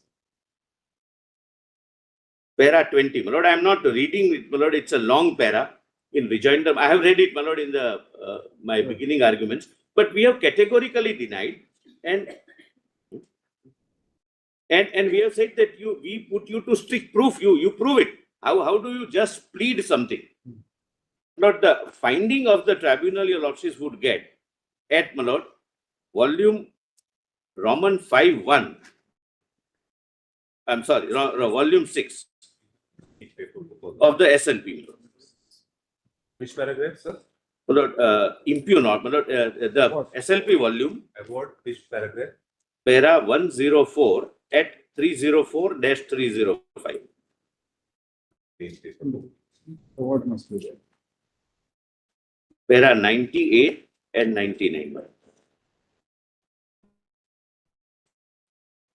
35 to Para 98 and 99. Learned, my lord, arbitrator understands that this is my contention of waiver or abandonment. And that's how, my lord, this is the only finding on the question of coercion. Yes.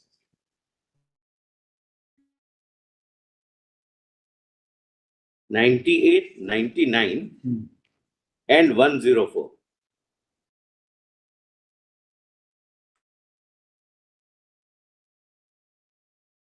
No findings, my lord, which can be termed as findings. Lord, may I read, my lord, or your lordships? Very. I'll read.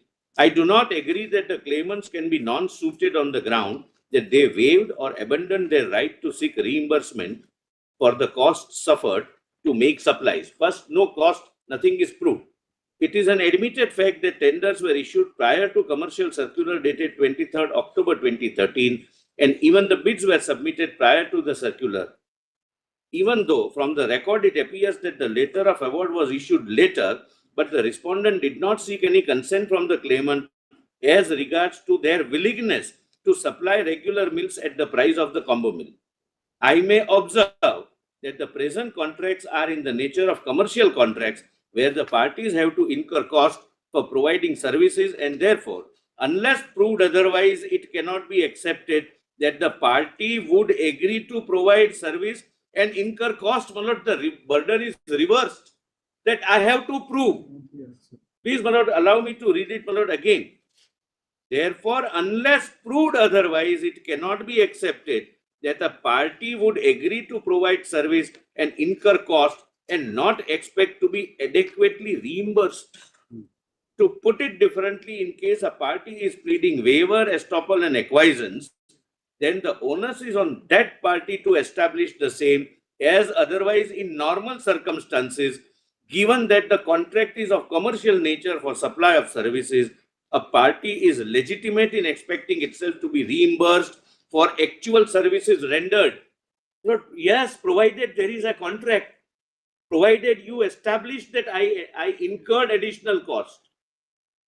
Yes. Thus, I am unable to agree with the respondent that merely because the claimants raised the bills and accepted payments under those bills would itself amount to an act of waiver or abandonment or relinquishment of their rights to seek reimbursement if they are otherwise entitled to seek under the law. A perusal of the pleading in the statement of defense in para 4 read with its written submission show that according to the respondent, the claim is barred by waiver, estoppel and acquiescence as the claimants have raised bills as per commercial circular number so-and-so and have duly received the payment for each individual bill. I do not feel that this plea alone is sufficient to establish waiver, estoppel and acquiescence of the right of the claimant, particularly when the claimants have specifically pleaded in para 16. Lord, please mark, my Lord, the arbitrator feels this is specific pleading. Pleaded in para 16 of the SOC that they were coerced to raise the bill in accordance with the commercial circular issued by the Indian Railways, and in case they failed to do so, no payment would have obtained by them. My Lord, coercion, your Lordships are aware there is a methodology of proving pleading coercion. Who coerced you? When were you coerced? And if the pleading is correct, then the coercion continued for 3 long years. And they will have to show by leading evidence that this is how I was coerced, merely saying that my bills would not have passed. In every contract, my Lord, this argument would be available, even in absence of any pleading to that effect. The claimants have also stated that they were in financially precarious situation because they needed regular funds to maintain day-to-day supplies in the trains. Even for this, there is no evidence left that this is my balance sheet. I didn't have money, and therefore I was having no other option but to do was what they have orally told me. Yes. I have no reasons to disbelieve them. This is the only finding, my Lord, if I can say, but I can term this as a finding. From the amount sought from this tribunal, it is clear that the claimants incurred significant cost in providing those services for which reimbursement have been sought. Lord, that I incurred 200 rupees for the purpose of providing 2 meals for 178. No evidence, nothing, my Lord. For 3 years, and the only answer is coercion. Now, I cannot persuade myself to believe that claimants being to be paid. My Lord, this is in fact my argument. That the contractor is a seasoned contractor, largest contractor in the catering, and he is expected to know how to object if he genuinely wants to object. Then 104. I may note, this is the last finding on this, Lord. I may note that with regard to the regular meal supplied, the payment was being paid at the price of combo meal. However, so far as the welcome drinks are concerned, the claimants were not permitted to include the same in the bill given the stand of the respondent that the same were to be supplied. My learned friend, my Lord, Mr. Mukhopadhyay has already dealt with this. My Lord, thereafter, my Lord, I have also read, my Lord, the findings of the learned single judgment under 34. Would your Lordship like me to, my Lord, repeat that? However you wish to proceed. We have the entire afternoon. My Lord, I would, my Lord, no, sorry. My Lord, kindly, my Lord, allow me to read few paragraphs of the learned single judgment, because this was raised.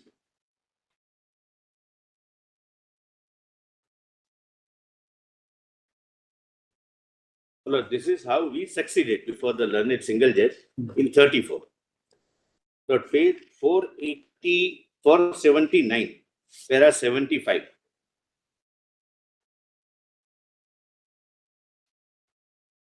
479. 479 must be here, second volume. SLP volume 2, page 479. My Lord, this is clearly an afterthought to get a windfall.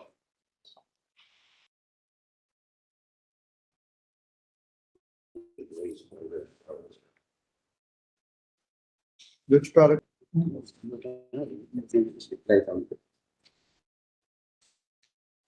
Well, para 75, page 479, para 75. Further and importantly, your Lordship gets me, yes. My Lord Justice Sharma. Yes, please. Further and importantly, for almost from the commencement of services that is 21st of January 14 till 22/5/15, when the first representation was made by the Indian Railway Mobile Catering Association to the General Manager of Northern Railway, no objection was raised by the respondent regarding the change in apportionment charges. During this period, the respondent circulars were issued in 2013, LOA was issued in 2014, and the MLA was entered into in 2014. However, till 22nd of May 2015, there was no protest by the respondent.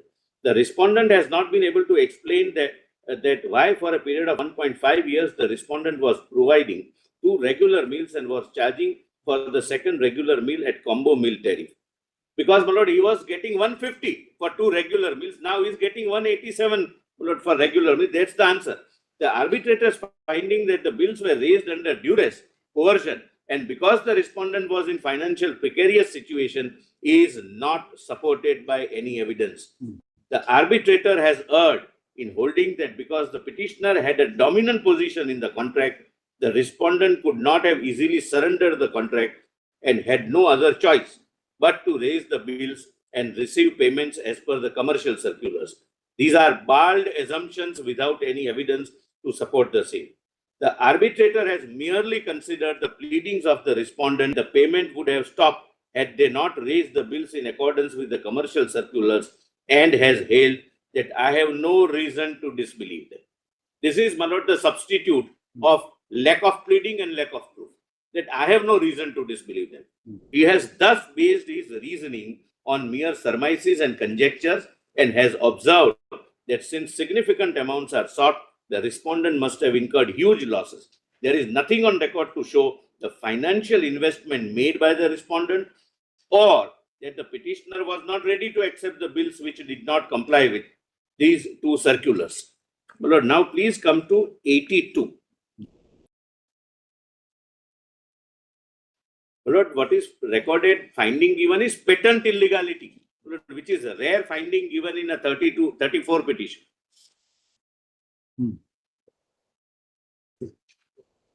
There, I'll show, my lord, there is a finding of arbitrator's decision being perverse also. Hence, in a nutshell, I am of the view that the doctrine of waiver is irrelevant in the present case, as once BFP, that is, my lord, my learned friend, entered into the contract with the petitioner, it did not have any right to seek reimbursement of price difference for providing the second meal as per the charges stipulated in Commercial Circular 63. The conduct of the respondent, however, falls squarely within the definition of estoppel. The respondent signed the contract which permitted the petitioner to change the tariff. The respondent acted upon the change tariff introduced with a commercial circular dated so-and-so, raised bills upon the change tariff, accepted payments pursuant to those bills without demur or protest, and only after 1.5 years issued a letter of protest. For the aforesaid reasons, in my view, the finding of the learned arbitrator is erroneous, and the same goes to the root of the matter, thereby making it patently illegal. Correct.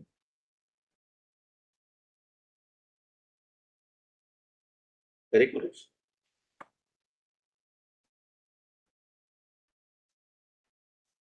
Well, I'm sorry, I missed one paragraph, my learned friend. I'm obliged. Para 74 at page 479, where the finding of perversity is given. Yes.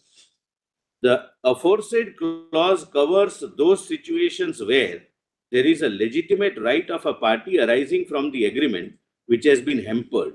In the present case, given the contractual terms between the parties and the guidelines which were in force, BFP, that is, my lord, the claimant, had no legitimate right to make its claim.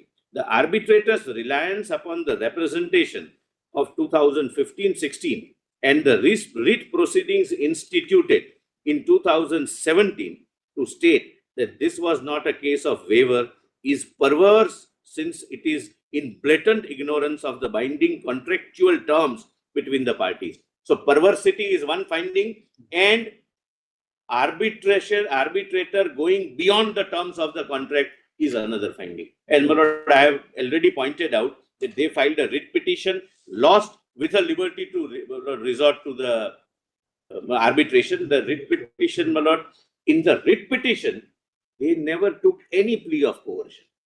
When, my lord, they must have started to draft the statement of claim, this must have occurred. That how do we justify 3 years? Then, my lord, this plea, my lord, if I can call it a plea, para 16, was, my lord, raised.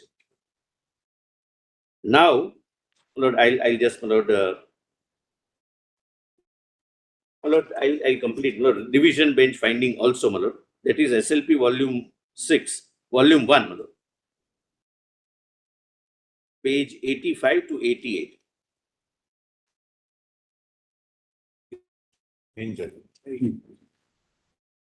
Para 85, my lord. I'm sorry, page Para 59. 85 to 88. Page 59, no, para 85. My mistake.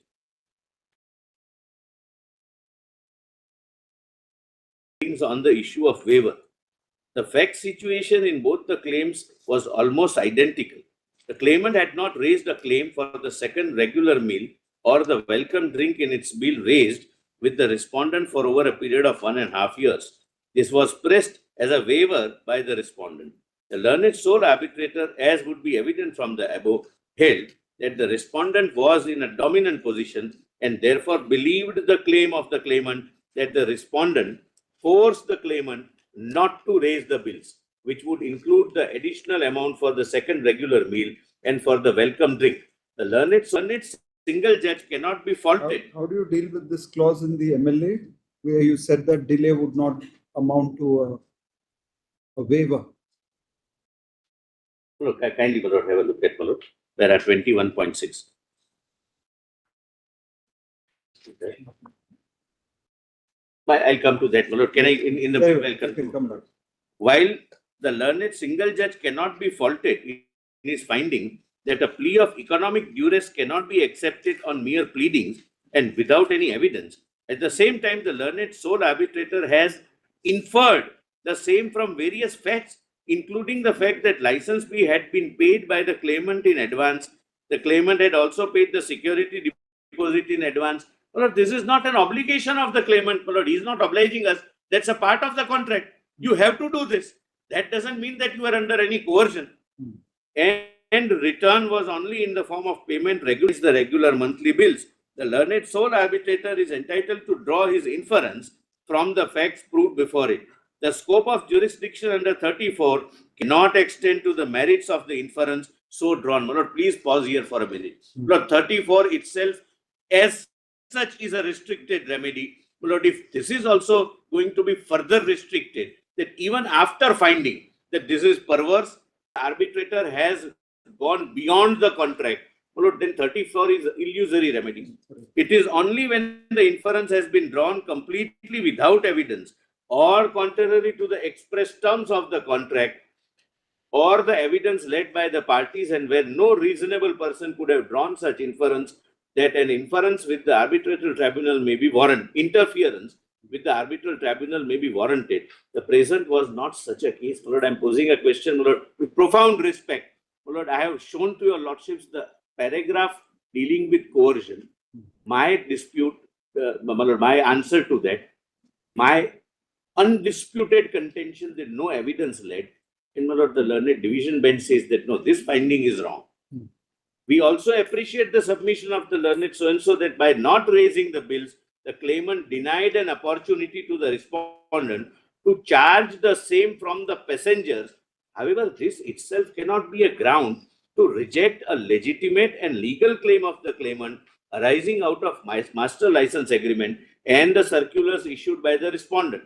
The respondent itself should have rectified its stand at least when the first representation in this regard had been received by it.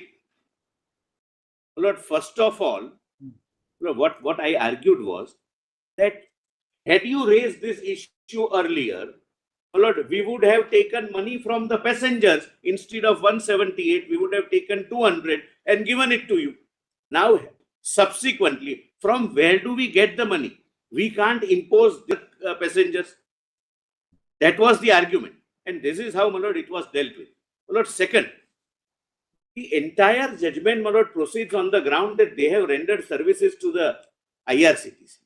They have rendered services to the passengers for the fee amount they have already paid to me, which I have transferred. my lord, now, my lords, may kindly see, my lord, my submissions, my lord, are threefold. We can come back to the clause also. Yeah, I'm fine. 21.6, 230. Not paid 230. Yes. Unless otherwise, my lord, your lordship, yes. 21.6. Unless otherwise expressly provided in this agreement, a delay or omission by either party to exercise any of its rights under this agreement will not be construed as a waiver. This is not a right under the agreement. By the party to it.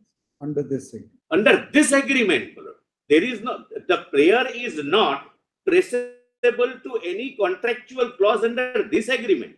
They say that this agreement, which undisputably mentions 178 rupees, is wrong. Argument is where in the MLA will we find that price mentioned? Yes. In the MLA itself. No, that is mentioned as apportionment charge. But I just do the. Well, initially they say that we are not signatory to this. Well, then we have shown that there is original signature and original record. Additional document volume 3, page 162. Well, additional document volume 3. In this MLA itself. This is the. I think perhaps we've noted it earlier. They had not the menu. No. MLA and MLA doesn't mention the rate. This is a one MLA, my lord. Was there an apportionment charge? And that apportionment charge this was never in dispute either. What happens when there's a time lag? Because I remember seeing something, but I don't know that. I'll tell you a lot. Apportionment table or something. Yes, but we had shown that there was no apportionment charge in these agreements. In one out of the 13, some annexure there was not an apportionment charge, but that mentioned to refer to combo meal. All MLAs, master license agreements, had an annexure, which is annexure Roman 2. But it doesn't have the apportionment charge. All of them don't have, only one has. That is admitted. But 1.4, no, para 1.4. Para 1.4. Clause 1.4 at page 161. Yes. It is agreed by the licensee that the norms with regard catering charges payable to the licensee for providing catering services to the passengers on the train are also fixed at the predetermined prices as set forth in annexure 2 of this agreement. Is it there? Yes. Last time we had some difficulty finding that annexure. Yeah, my learned friend knows, because this was dealt with by him. 298, with the signatures, for example. With the signatures, it was raised for the first time in 37 stage. Additional documents, volume 2. Volume 2? Volume 2. What was it? Volume 3. Volume 3. Volume 3 only. Volume 3. One agreement was shown, my lord. None of the others had it. That's an admitted fact is saying annexure. And rest of the annexures. Very fundamental, very fundamental. But you sign an agreement, you would ask for it if it's mentioned there. Is it not? No, only a minute. Let us understand. He is asking that where is this? He is the claimant. Where is his pleading that there is no charge mentioned in the master license agreement? The arbitrator, I can understand. Arbitrator has reversed the burden. Once there is a reference in the agreement that annexure 2, so it has to be there. Yes. Otherwise, you will not sign it. And is it your case in the claim statement that it was not there? Which was a chart which was made when circular 63 was there, my lord. No, but did you say in your claim statement that annexure 2 was missing? There was on the contrary about the fact that the apportionment chart only talked of combo meal and annexure 2 was a troublesome issue because this page 298 doesn't. Para 5 and 6. Only a minute, Mr. Tripathi. Or para 5 and 6 of the statement of claim. I am reading. Para 5 and 6. Please have a look. Claim statement again. That is my learned friend is calling upon me to show something which he should have shown and say that where is it? It's not there. It's like respondent saying that impugn order is saying, my lord, that where is the impugn order? Lord, Which page do you 420. want us to look at? 425. 420. The file starts at 420. This is in which volume? Volume 3. Lord, volume 3. 3. It starts at 5. 425 is para 5. Volume 4. Volume 4, I'm sorry. Volume 4. My apologies.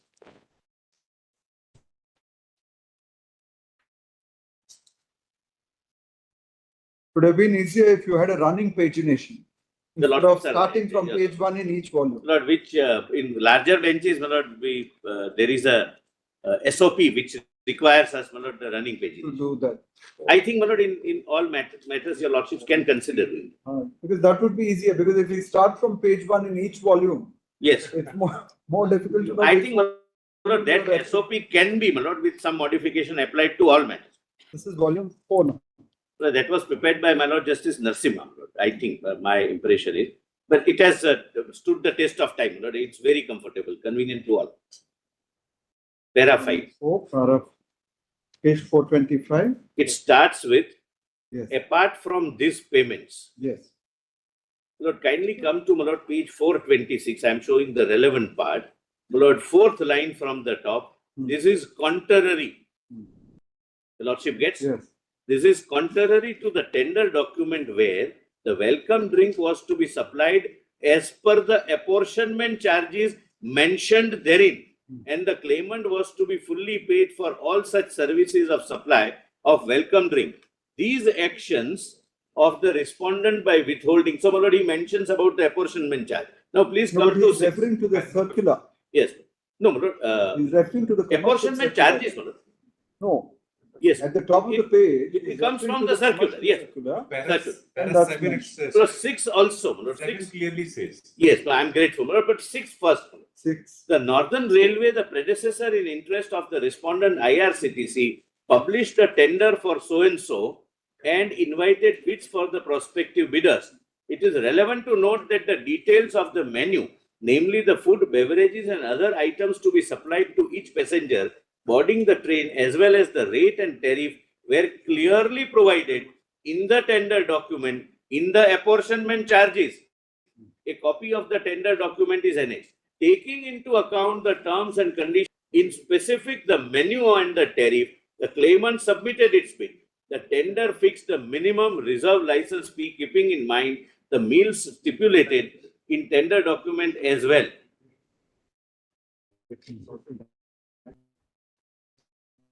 Lord, what about the MLA? Where does he refer to the MLA?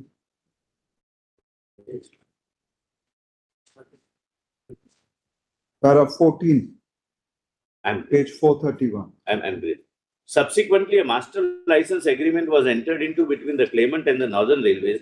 The tenure of the said agreement is for a period of 5 + 5 years, commencing from so-and-so, though the renewal was subject to solitary condition of satisfactory performance in the initial 5 years. It may also be mentioned that even in the MLA, no such condition about applicability of circular dated so-and-so was agreed upon by the parties. The total license fee quoted was to be paid in advance on so-and-so percentage basis. The first 40% license fee amount, so-and-so, so-and-so, so-and-so. But he doesn't say that there is no. So there is nothing mentioning that there is no apportionment charge as per Annexure 2 of the master license agreement. But that is the first thing somebody would not make an averment that though it mentions Annexure 2, the master license agreement did not have it. Yes.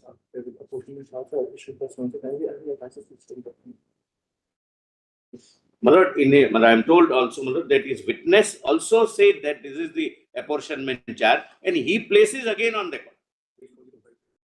So it's really, it should not, such a shifting of 10 should not be resorted to.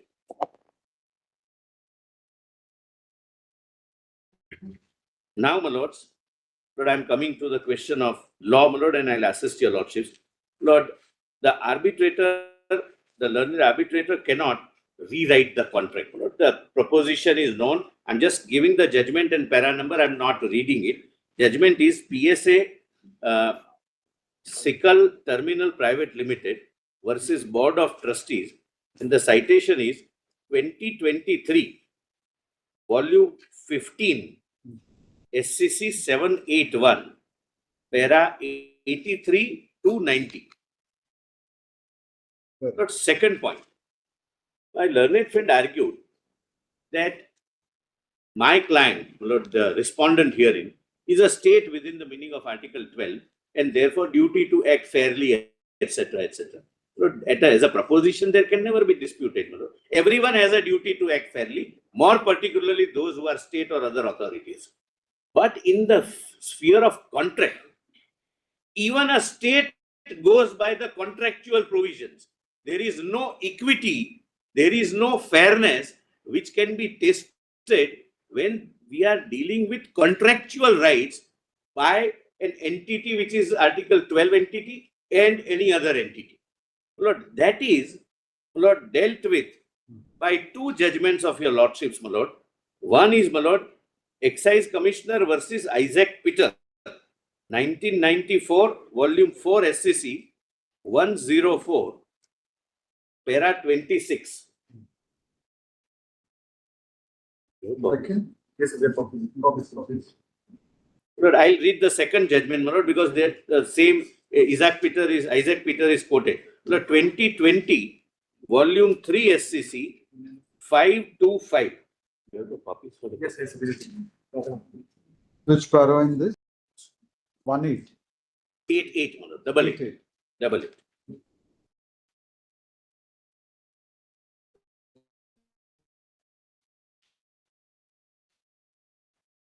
Where is the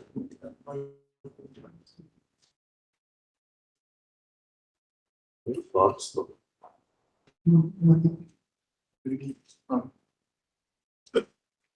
If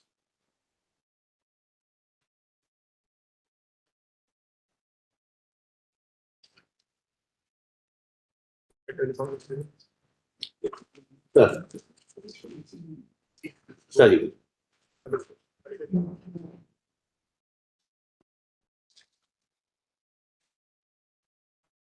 I do want this paper. If you had given the list of citations, they would have had the books ready. My lord, sir. Try to cut down on wastage of paper because for one judge, for one case, and this will one just go para, into the- and one para. for one paragraph. Your It lordship. will just go into the volume and My lord, that's all. Well, my lord, sir. My apologies. Just ask your colleagues to give the list of citations beforehand. They'll have the books ready. Lord, in the end of this note, give the note. Give it to the court master. A license, para 88. Yes. My Lord Justice Sharma has. Yes, please. A license granted under section 4(1) is in the nature of a contract. DOT has relied upon so-and-so versus so-and-so, in which it has been observed that once a contract has been reduced to writing, terms have to be ascertained from the agreement.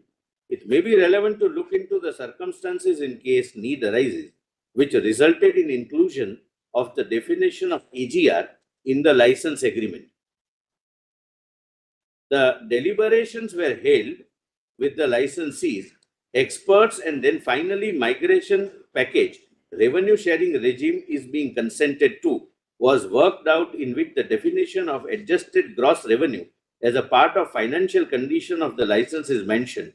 As to the provisions of gross revenue, there had been consensus ad idem between the parties. The licensees are bound by it as they have executed the license agreement.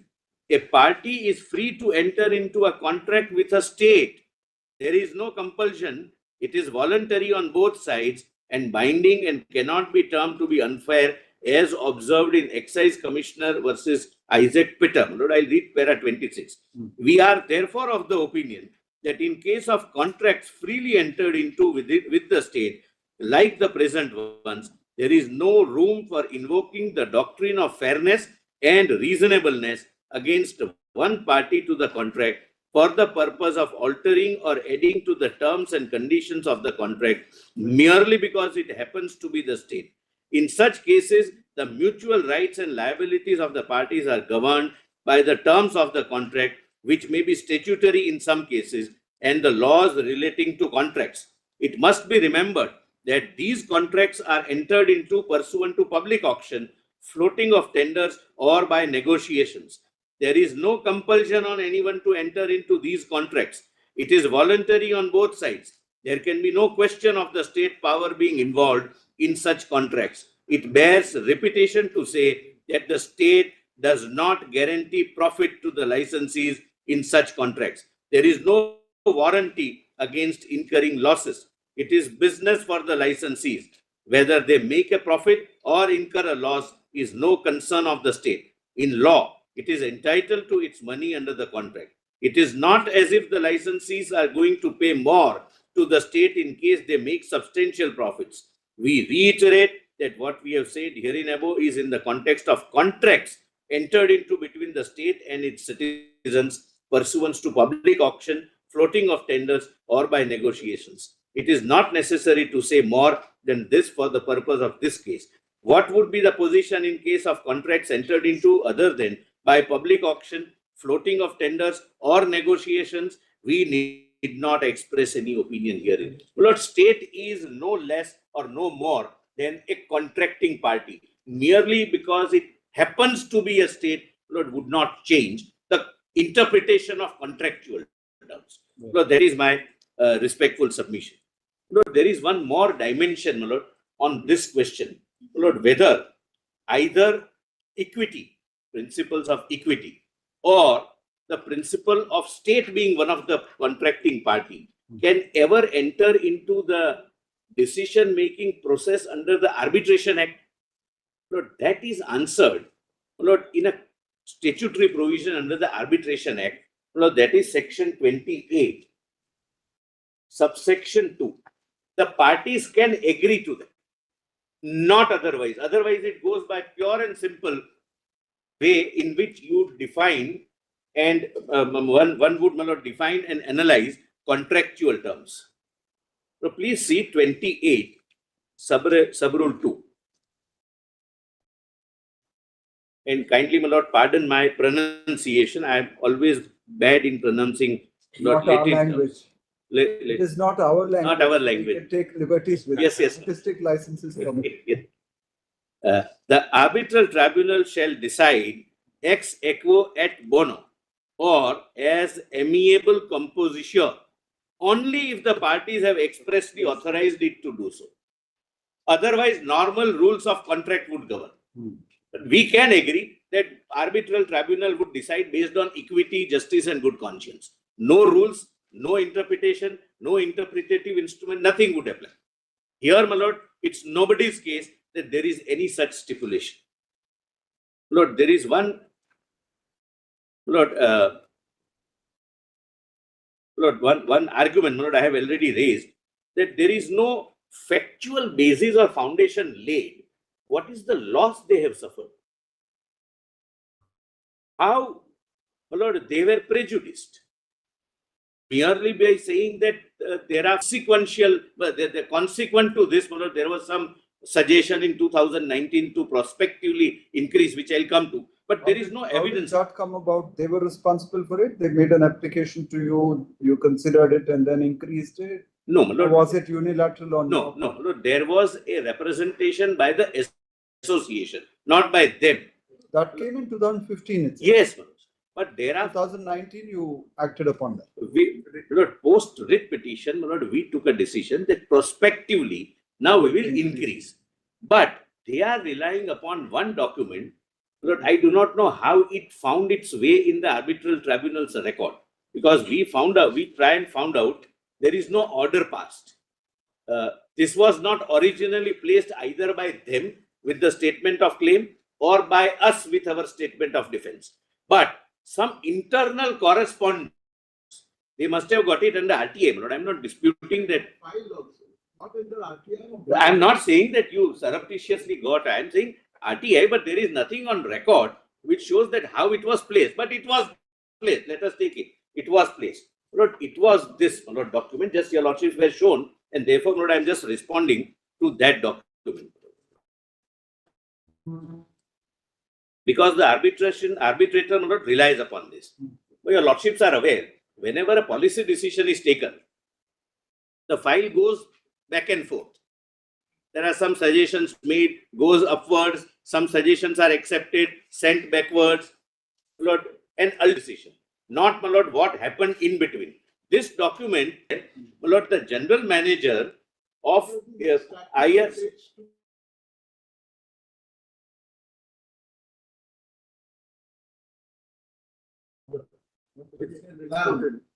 I'm relying on the same thing in a separate document. And only for ease of my knowledge, I am not. Page 260 of which volume? Though? But ease is this, my lord.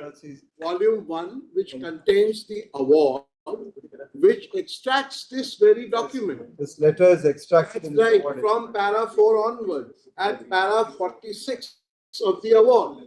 Lord, he is saying something else. So please allow me. Sorry. Anyway, but do you mind if I am giving you a copy? 264, the whole letter is there, but I have another copy. I don't do that. No, but I fail to understand what difference does it make if I read independent letter or from nothing turns on that. Unless there's some difference between the two. No. If there is a difference, I'll read what you want me to read. The ease with your lordship. We've got the document though, Mr. But your lordship have to keep it separately. I have no difficulty, my lord. Your lordship. Contents are not different. No? Of course not. Contents are not different. Otherwise, I'll read what he wants me to read. I would not do something, my lord, that contents are different and I'll read something. This entire letter is extracted there. Yes. Very well. Yes. I'm saying the learned arbitrator has relied upon. He has relied on. Yes. Lord, this is a letter from IRCTC to, my lord, Ministry of Railways. This is containing a suggestion. So please come to the last page. So he discusses several things, my lord, that this is what would happen, this is a likelihood, this is what can be done, etc. But please come to, my lord, last page. And this is, my lord, an internal correspondence. I am not on that your lordships cannot look at internal correspondence. This cannot be the basis because this is ultimately a process through which the final decision is reached. And it's a part of the process. Apart from the cases of inadequacy of tariff of the above mentioned meal services, there is a special case of second meal of the day in case of Rajdhani and Duronto trains. This service was introduced in 2014 as combo meal with the tariff of rupees 60.50 and reduced menu. But after the tenders were allotted, please mark this and my lord, underline this. This is where the difference and the distinction lies. But after the tenders were allotted and agreements executed, this is a case where tenders were allotted earlier, agreements executed earlier. The menu of this second meal was changed and made similar to that of normal lunch or dinner. They were aware. When they entered into this agreement, they were fully aware. They do not fall within this suggestion also. Dinner, instead of charging rupees 112 from passenger, railways continued to charge rupees 6. Thus, IRCTC is getting only rupees 60.50. When we say IRCTC means we pass it on to them. But for railway, we are one. He is my agent. For this services, whereas it is serving full meals to the passengers. This anomaly needs to be corrected with revision in rates of the second meals. Either the menu of this meal should be restored as combo meal or the tariff should be made similar to the normal meal. As a matter of principle, the decided tariff of meal should be enhanced every year to offset the effect of inflation. They said henceforth that you have a clause that every year it would be like our lease period. We say every year or every 3 years there would be 10% increase. That's what he is suggesting. But where, where tenders are not floated and agreements are not executed. Here with open eyes he participates in the tender. He open eyes he accepts the letter of award. He with open eyes he executes a master license agreement and keeps on sending invoices and keeps on receiving the money. This has nothing to do. But there is one judgment which will assist your lordships, which says that such internal correspondence in the process of decision making can never be the basis of making an argument. My lord, that is 2023 10 SCC 805. 807, I'm sorry. 2023 10 SCC 807. Para 15.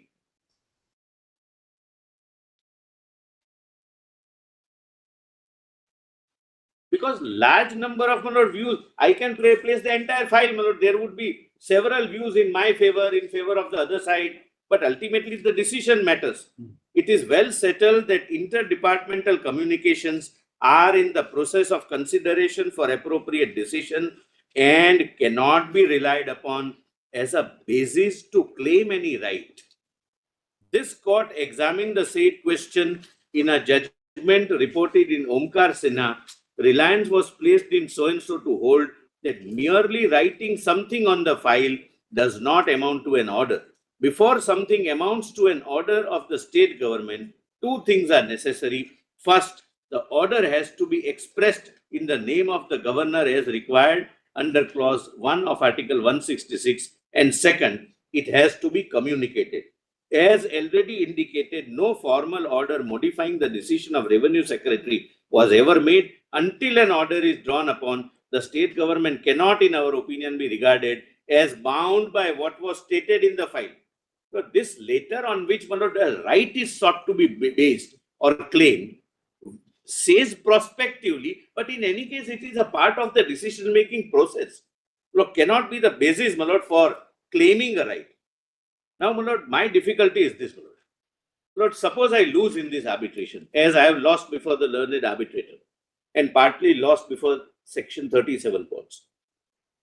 I have one thing is not a thing in dispute, that I am not gaining anything out of this bargain. I am only, an agency which on behalf of railways do this exercise of inviting tenders, allotting tenders, giving the award, and my ticket would mention that rupees 187 would be the amount for the catering. The passenger, would pay X. X would be for his journey. The passenger It's charge. part of the fare itself. Yes. You don't give it as a. No. The There's no option of saying, I won't take a meal to reduce this. 2020 onwards, now we are giving the option. You're giving the option. Yes. But earlier it was part of the fare. It was a part of the fare. So the ticket which I will get as a passenger would be 100 rupees traveling from Delhi to Ahmedabad and 187 for meal. 187, I will give it to him because he will give me the invoice that this ticket I have received, Mr. Mehta has traveled and give me 187. So, my lord, whatever I collect from the passenger directly goes to him. Now, my lord, the question is, if now I am supposed to pay, and this was argued before the tribunal, that you have accepted the contract, you have not given me an opportunity also to raise a proportionate income amount in the passenger's ticket. Now, if I have to pay from where, I would pay. Unless charge a commission or something. No, nothing. So, How does this company make profits then? License fee. The license fee. License fee, which they pay us. But otherwise, I'll have to pass on this to future consumers, future passengers, which is completely apart from your profits go down for that. Inequitable. I can't impose this bargain on the new passengers because what kind of figure are we looking at? Is it an absorbable loss? Or 100 crore plus. 100 crore. And under the circumstances, and that's what ultimately boils down to. That you accept, you are not a novice, you are the best, you are the biggest caterer in the country. You are having several contracts. You enter into a contract, you take a business risk, you take a bargain, you enter into a contract, MLC is executed, you issue receipts, you issue invoices accordingly, accept the amount, and then suddenly after 3 years you turn around and say, now give me this money at that particular rate. Lord, which could have been perhaps possible in subsection 28, subsection 2 scenario. But there is no such, my lord, contractual stipulation.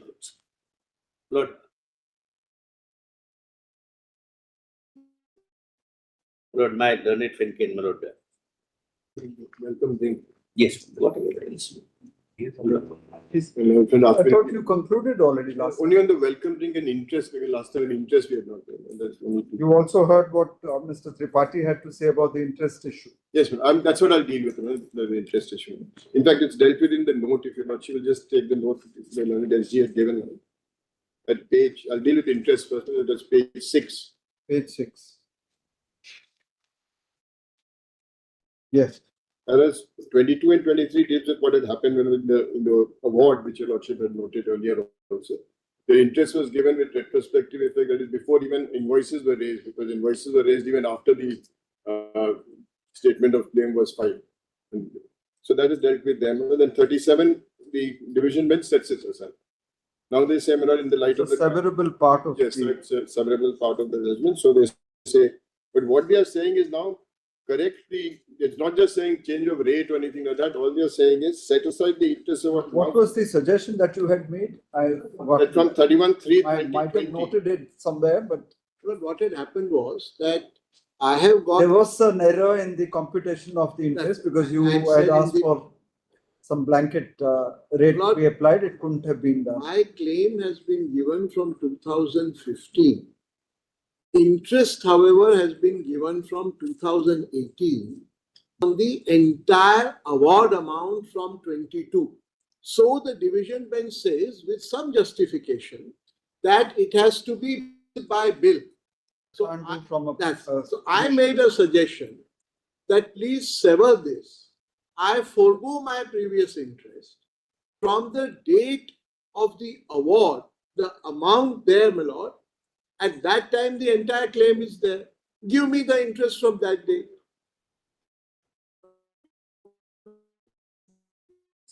On the date when the amount crystallizes in my claim, from that date you give, I forget for the previous year. They said last time. Otherwise, you know what will happen is both of us will go for another arbitration, and there is no purpose which is served. Here I lose that bill by bill, but so be it, Bala. We want. You would want it from the date of the award.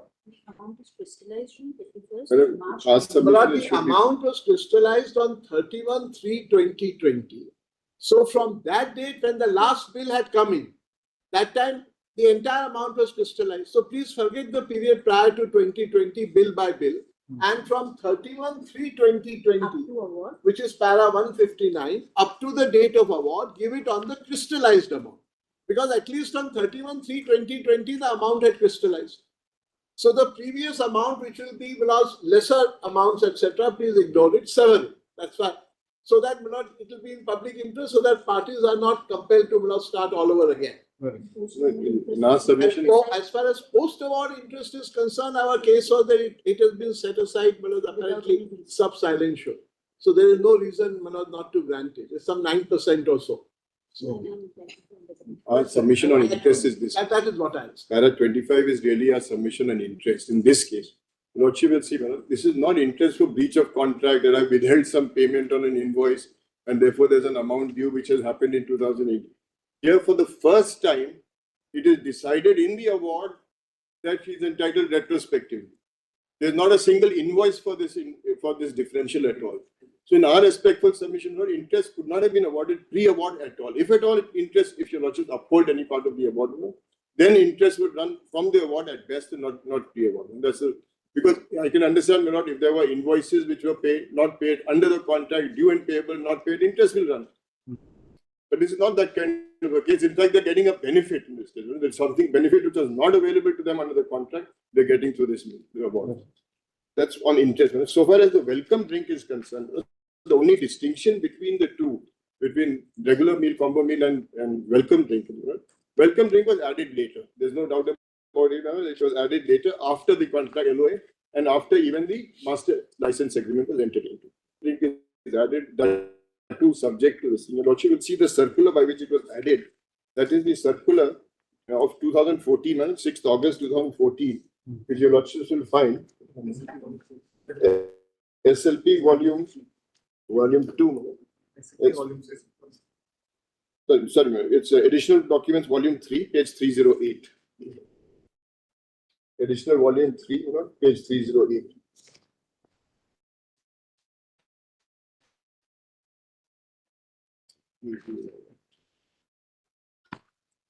Page 308.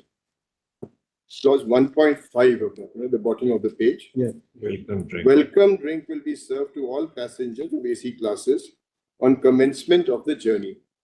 However, whenever the breakfast is followed immediately, the Tetra Pak drink hereto being provided along with breakfast will not be served in case the service of subsequent breakfast during any journey, drink aerated, drink SANJAY and Tetra will continue this. That's the second. So what they introduced was only a new small welcome drink, one drink. That too subject to offset if there was a breakfast to be followed. Important point is that when it was issued, that is on the 6th of August 2014, there was no objection at all. And they're not the only caterers, there are about 18, total 28. All of them had to do this. Three of this group, the respondents here is one group. The three companies was one group, controlled by BFP, the lead man. Others, nobody complained about it. They've all gone through it. They're all all through tenders. Should they have this additional right of being recompensed for this?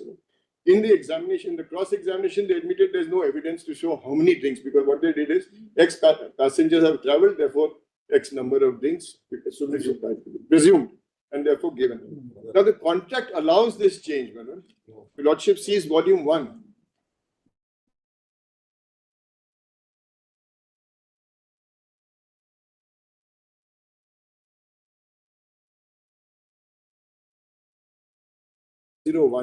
Clause 8 of the contract, the master license agreement. Master license. Yes. Which page? Page 201. This is the typed copy.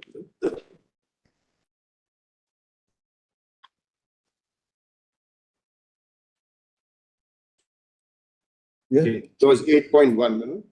Railway reserves the right to change catering tariff and menu for the train at any time after the award of the license.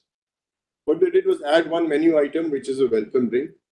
They've entered into this contract with some other document also which you showed us, where you said that without any change in price, item can be added to the menu. There was some other clause which, that is as in the circular. That is the earlier circular.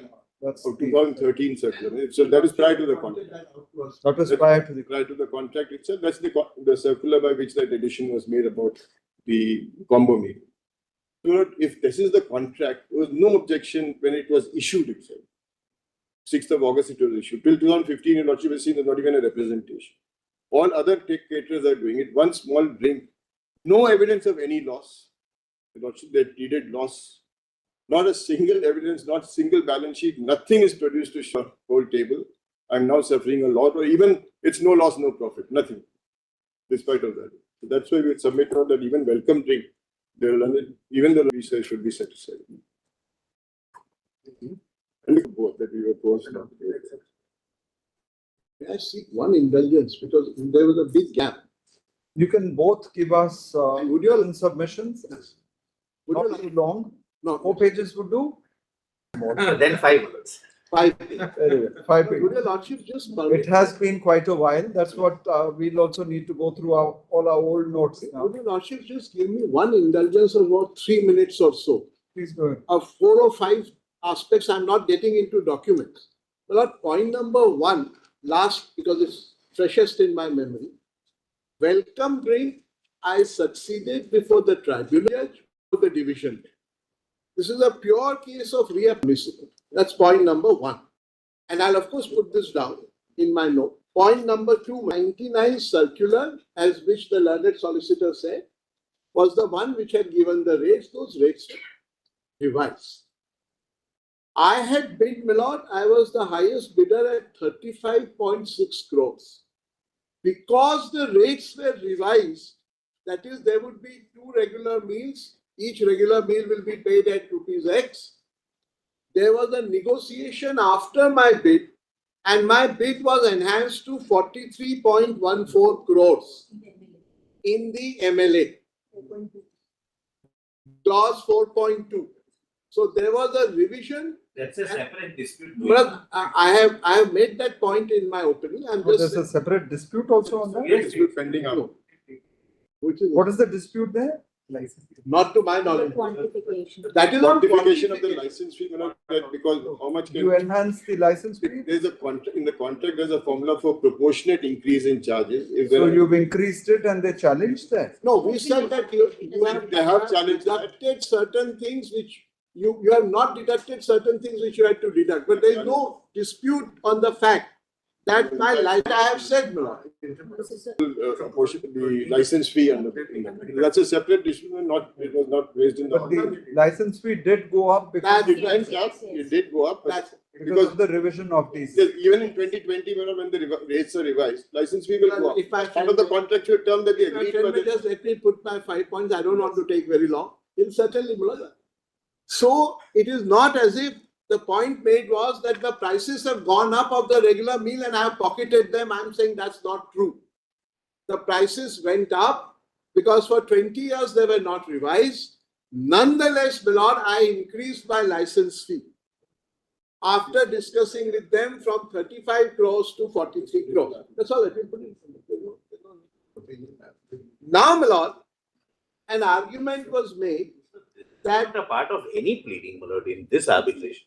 It is clause 4.2 of the MLA. But I'll show that's a that. separate Issue has not been raised. Yes. No, my lord, they are saying that I have pocketed the money because of that. It's also not been raised. Do we have this initial value of 35 crores? Yes, my lord. In my page, it is on record. Is there a document? Yes, my lord. Page 168. Please see page 168 of This MLA. the MLA Master License Agreement. It's another dispute. But my friend will not let me finish, then that's not fair. Let him itemize and say that everything I'm saying is outside the philosophy. Nothing on affidavit that they're paying the amount. Nothing on affidavit. I'm not on paying the amount. I'm on the question whether this was factored in the license fee or not. That's the point I'm making. Your MLA seems to refer to it. Yes, MLA has a provision. I'm not disputing that. No, that's all Mr. Tripathi is saying, that it has gone up because of this. This is the first That's time part they of the argued contract. that prices had gone up and I have pocketed it. They have not pleaded it. No, that's not a case. A case is not. This is the contract. Today, my lord, that the prices went up and I had the benefit of higher prices. I got 170 instead of 150, that has never been argued before. But I'm not making that issue, my lord. I'm making that issue. This has not been argued. Likewise, since I have raised it, I'm saying with great respect that there was an enhancement from 35, 36 crores to 43 crores, and that is there at page 168. So it is not that I have pocketed anything. That's the limited point. Then, my lord, comes point number 2, which is this whole argument of coercion and the argument that I asked once sometime in 2015. I had shown it, my lord, from the award that representations were considered, and in 2014 there was a recommendation saying either tell them that they have to serve combo meal and pay them at combo meal, or if you have directed them to give the second meal as a regular meal, please pay them at regular meal, so that we can also recover it from our people, from the passengers, and give it to them. What the board says is, sorry, don't do this. Please reconsider it. So this argument, where will I go and how will I recover? This in 2014, that committee had said that this is wrong. And that document is on record. I had shown that document. May I just show that one page again? Just that one para. Please see that, my lord. And that document entered into a contract. Lord, I'm sorry, this is after the contract. Please see this. This has been clear. Page of the award. Please just see that, just one para 5.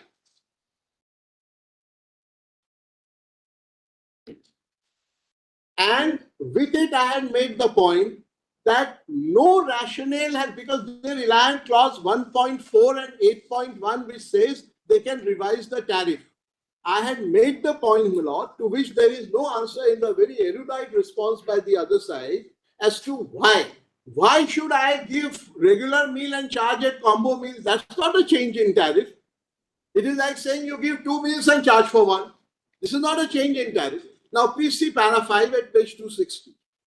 It is pertinent to mention, and this is Milord's their internal noting. I am not seeking a mandamus on this basis. Therefore, that whole line of cases of Kripalu Shankar down, which the learned Milord Solicitor General very eruditely read, is not relevant. I am not saying issue a mandamus because they have said so in their internal note, but I am saying how they understood it. And they themselves said, no, no, you go back and then make it prospective. That's a chance you are taking because your own team has said that this is wrong. Now, please see, it is pertinent to mention in this regard, Milord, has it? Yes. That after issuance of CC 63 of 2000, which combo meal was introduced, and 67 of it was discontinued. Thereafter, the MLA was signed. So, when the MLA was signed, there was no combo meal. A committee comprising of ADV, FM, ED, TNC, EDFC, ECS, IRCTC, CCM, NR was constituted by the board, Zonal Railway and IRCTC, because we were continuously in touch with IRCTC to make the menu and tariff more practical and comprehensive. The committee, by its recommendation of February 14, recommended for restoration of both menu and tariff of combo meal with the menu and tariff of regular meal and service of welcome drink at the rate of rupees 20 and 15. The recommendation of the committee was referred back with the committee saying that there should not be an increase in charges. No reason has been given as to why there should not be an increase in charges. They are supposing they have a right to change the tariff. No difficulty. I challenge it, let us say. I can't say, your lordships, please look at the nitty-gritty. How much the samosa costs 3 rupees or 3 rupees? You say, go away. Don't waste time. But my lord, if they are charging for a samosa and rasgulla and they are not serving either, I can surely come and say, how can they charge for it? Because that is very unreasonable. Till today, there is no explanation given as to why, if a commercial caterer has to give a larger meal, which is say 120 rupees per meal, why should he be paid for a small meal which is 66 rupees? There has to be some rationale. No rationale. As the contract entered into, But my friend, I'm not persuading my friend, Milord. I know I'll fail with him. But I'm trying to persuade your lordship. Of course, I've known him for so long, I always fail him. So now, therefore, I can understand they were active. Very clear that today the thing is that we'll have to suffer loss. But that can be rational for doing something irrationally and then saying, now I have to suffer. And that is why the committee said, please put it in order. And your lordship remembers, I showed that you see here, one last thing here, while your lordship, please page 267. Please look at how this is the letter by which they say prospectively it will be done. That's what I'm saying. Now, so one, I've shown you lordships from 2014, the representation is pending. So please keep portion for a moment aside. And this is one sentence portion also. Apart from that, my representation is pending. It has been dealt with. The first one goes in my favor. Then they say, no, sorry, go back again. Now, please see, because in 267, have your lordships put it by hand because there were some words missing. Is the 267 the same? Yes, I'm okay. Apart from the case of inadequacy of the above mentioned meal services, that inadequacy has nothing to do with us because they said prices have gone up, we have not increased it. There is a special case of Only those 2 lines are yes, yes. They're otherwise they're at page 314, but your lordships can mark it. The full extract is there at 314 in this very volume. But since I'm here, I'll just show. Apart from the case of inadequacy of tariff of the above mentioned meal services, there is special case of second meal, special case, second meal of the day in case of Rajdhani and Duranto. This service was introduced in 2014 as combo meal with the tariff of rupees 66.50 and reduced menu. But after tenders were allotted, agreement executed, the menu, please see this, after tenders were allotted and enactment agreements executed, the menu of the second meal was changed. Normal lunch and dinner. Instead of charging at rupees 112 from the passengers, railways continued to charge 66.50.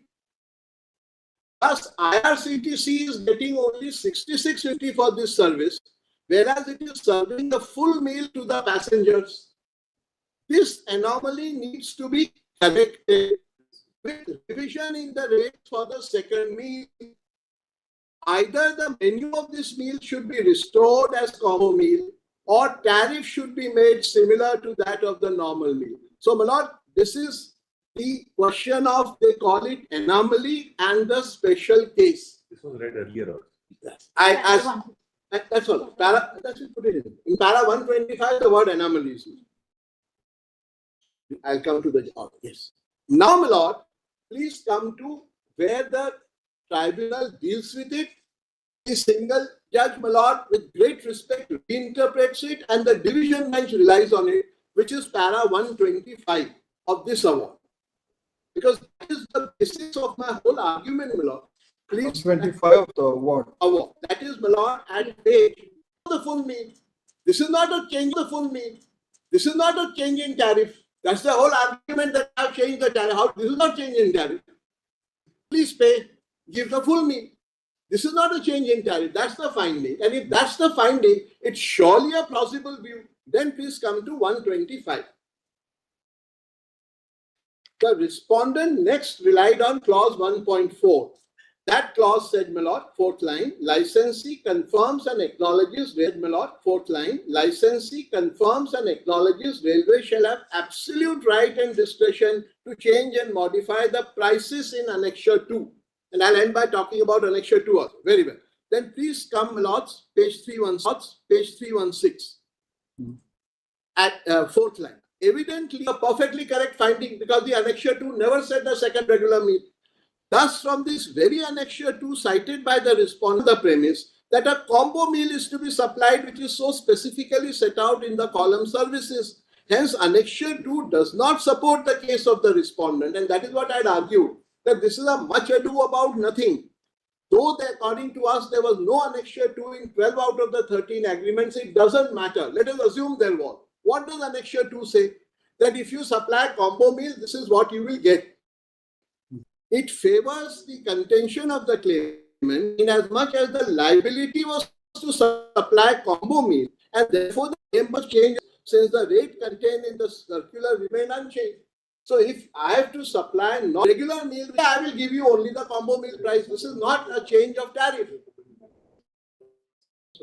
Now, repeats this. That's all.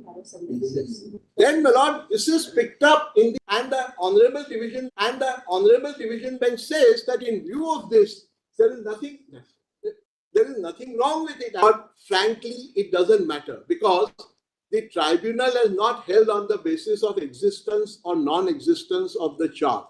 What it has said is that your obligation, Mr. Tripathi, was to give combo meal at price X. The railway said give regular meal. Will this direction of the railway amount to a change in tariff? I don't think so. This cannot. That's what the court says. You have a right to change tariff, of course. And till today, there is no explanation as to why was the first combo tariff. Where is the analysis that these are the 5 items, these are the 12 items, these are about 85, these are about 80, 80 is practically the same, all right? Nothing. This is just, my lord, with great respect, it happens. They have missed it. They realized in 2014 that they shouldn't accept. It came back in 2019 and they accepted. Then they said, all right, in future. So, my lord, and IRCTC made a representation to the railway board. So, on account of their refusal to see the clear writing on the wall, which is that either tell them to supply combo meal, and if people don't like combo meal, tell them to supply regular meal. In which case, charge for regular meal. In which case, charge for combo meal. They say, no. The price effect of this loss should be borne by the concessionaire. This, my lord, I say with respect, can't be under 34. Then, my lord, waiver, lordship has seen clause 20.6. It has to be in a particular form. This is surely not waiver. because representation is made prior to 2014 where IRCTC is putting the RPOS, rightly so. But then when IRCTC finds that the board has said, prospective IRCTC says, I don't want to pay, you pay. That is what has happened. Ideally, you are right. You should be reimbursed for what you have paid, what you have delivered. But now that the board tells me, sorry, that won't work. So then between me and you, it is better that you take the hangman's noose. Why should I hang for a mistake which I think has been committed elsewhere? That's the long and short of it. Then, my lord, as far as Madras High Court judgment and the other judgments are concerned, which my learned friend has read, Isaac's case or Peter Isaac excise matter. Well, I have cited two judgments which that when a state is even in a commercial contract, it doesn't shut the door to part 3 of the constitution. Yeah, my lord, I put What it happens with you? all the time. Mr. Tiwari is giving evidence here. That's right. I'm on the witness box. Well, because and no, raised that before the board. They gave an opinion. The board said nothing doing. Then plus once the board says don't do it, then they can't say sorry, you're wrong. I'll still do it. That doesn't happen. I'm extremely humble. This one IRCTC wasn't there in 2014. It was 2017. But now the main important point is one distinction because there is something incorrect in the factual. What he said is that apportionment charges says CM. Now, under that menus of the annexure 2 is in two parts. Clause 1.2, it says menu and tariff. Apportionment charge is only the tariff.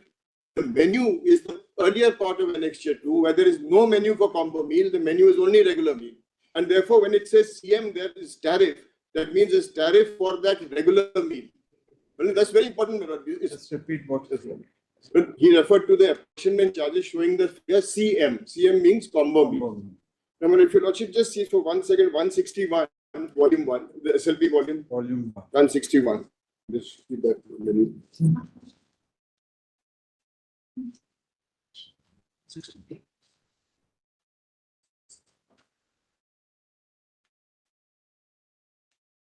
Yes.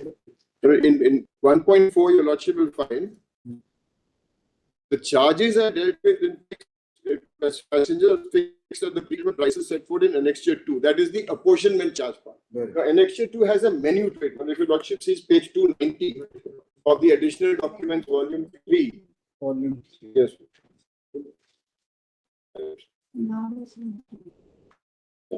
290. 290 menu starts at 291. The coming down is breakfast, first is morning tea, then next is breakfast. So, 292, you see lunch, dinner. This is the same menu. There is no combo meal menu in this at all. So very clear from the contract that your menu is the regular menu. This is annexure 2. This is also part of annexure 2. And annexure 2 has two parts to it. One is the menu. Second part is 292, for example, nature of the respondent. So therefore, when you read the two together, which is CM is the tariff. So your menu is regular meal. The tariff is 66.5 for the second meal of the day, not for the first meal. So that applies to welcome drink, not for this. I just wanted to clarify that so that doesn't get one sentence, my lord, point not till now. This is, my lord, the point is for the first time in rejoinder. This point, and my lord, this is the 37. So one has to challenge the award on what it has found. This is not argued before the tribunal. I did that. You did argue this is happening also. No, before the tribunal, this issue was not taken. It's part of the contract. Well, that's a different thing. Yes, this is the contract. This is what was And argued. it's a pure question of interpretation. That none of this can be gone into, my lord, certainly not in a before the 136%. Right. Much. Grateful. Grateful, my lord. Extremely patient hearing. Deeply. Submissions within 1 week. 5 pages within 1 week. Not.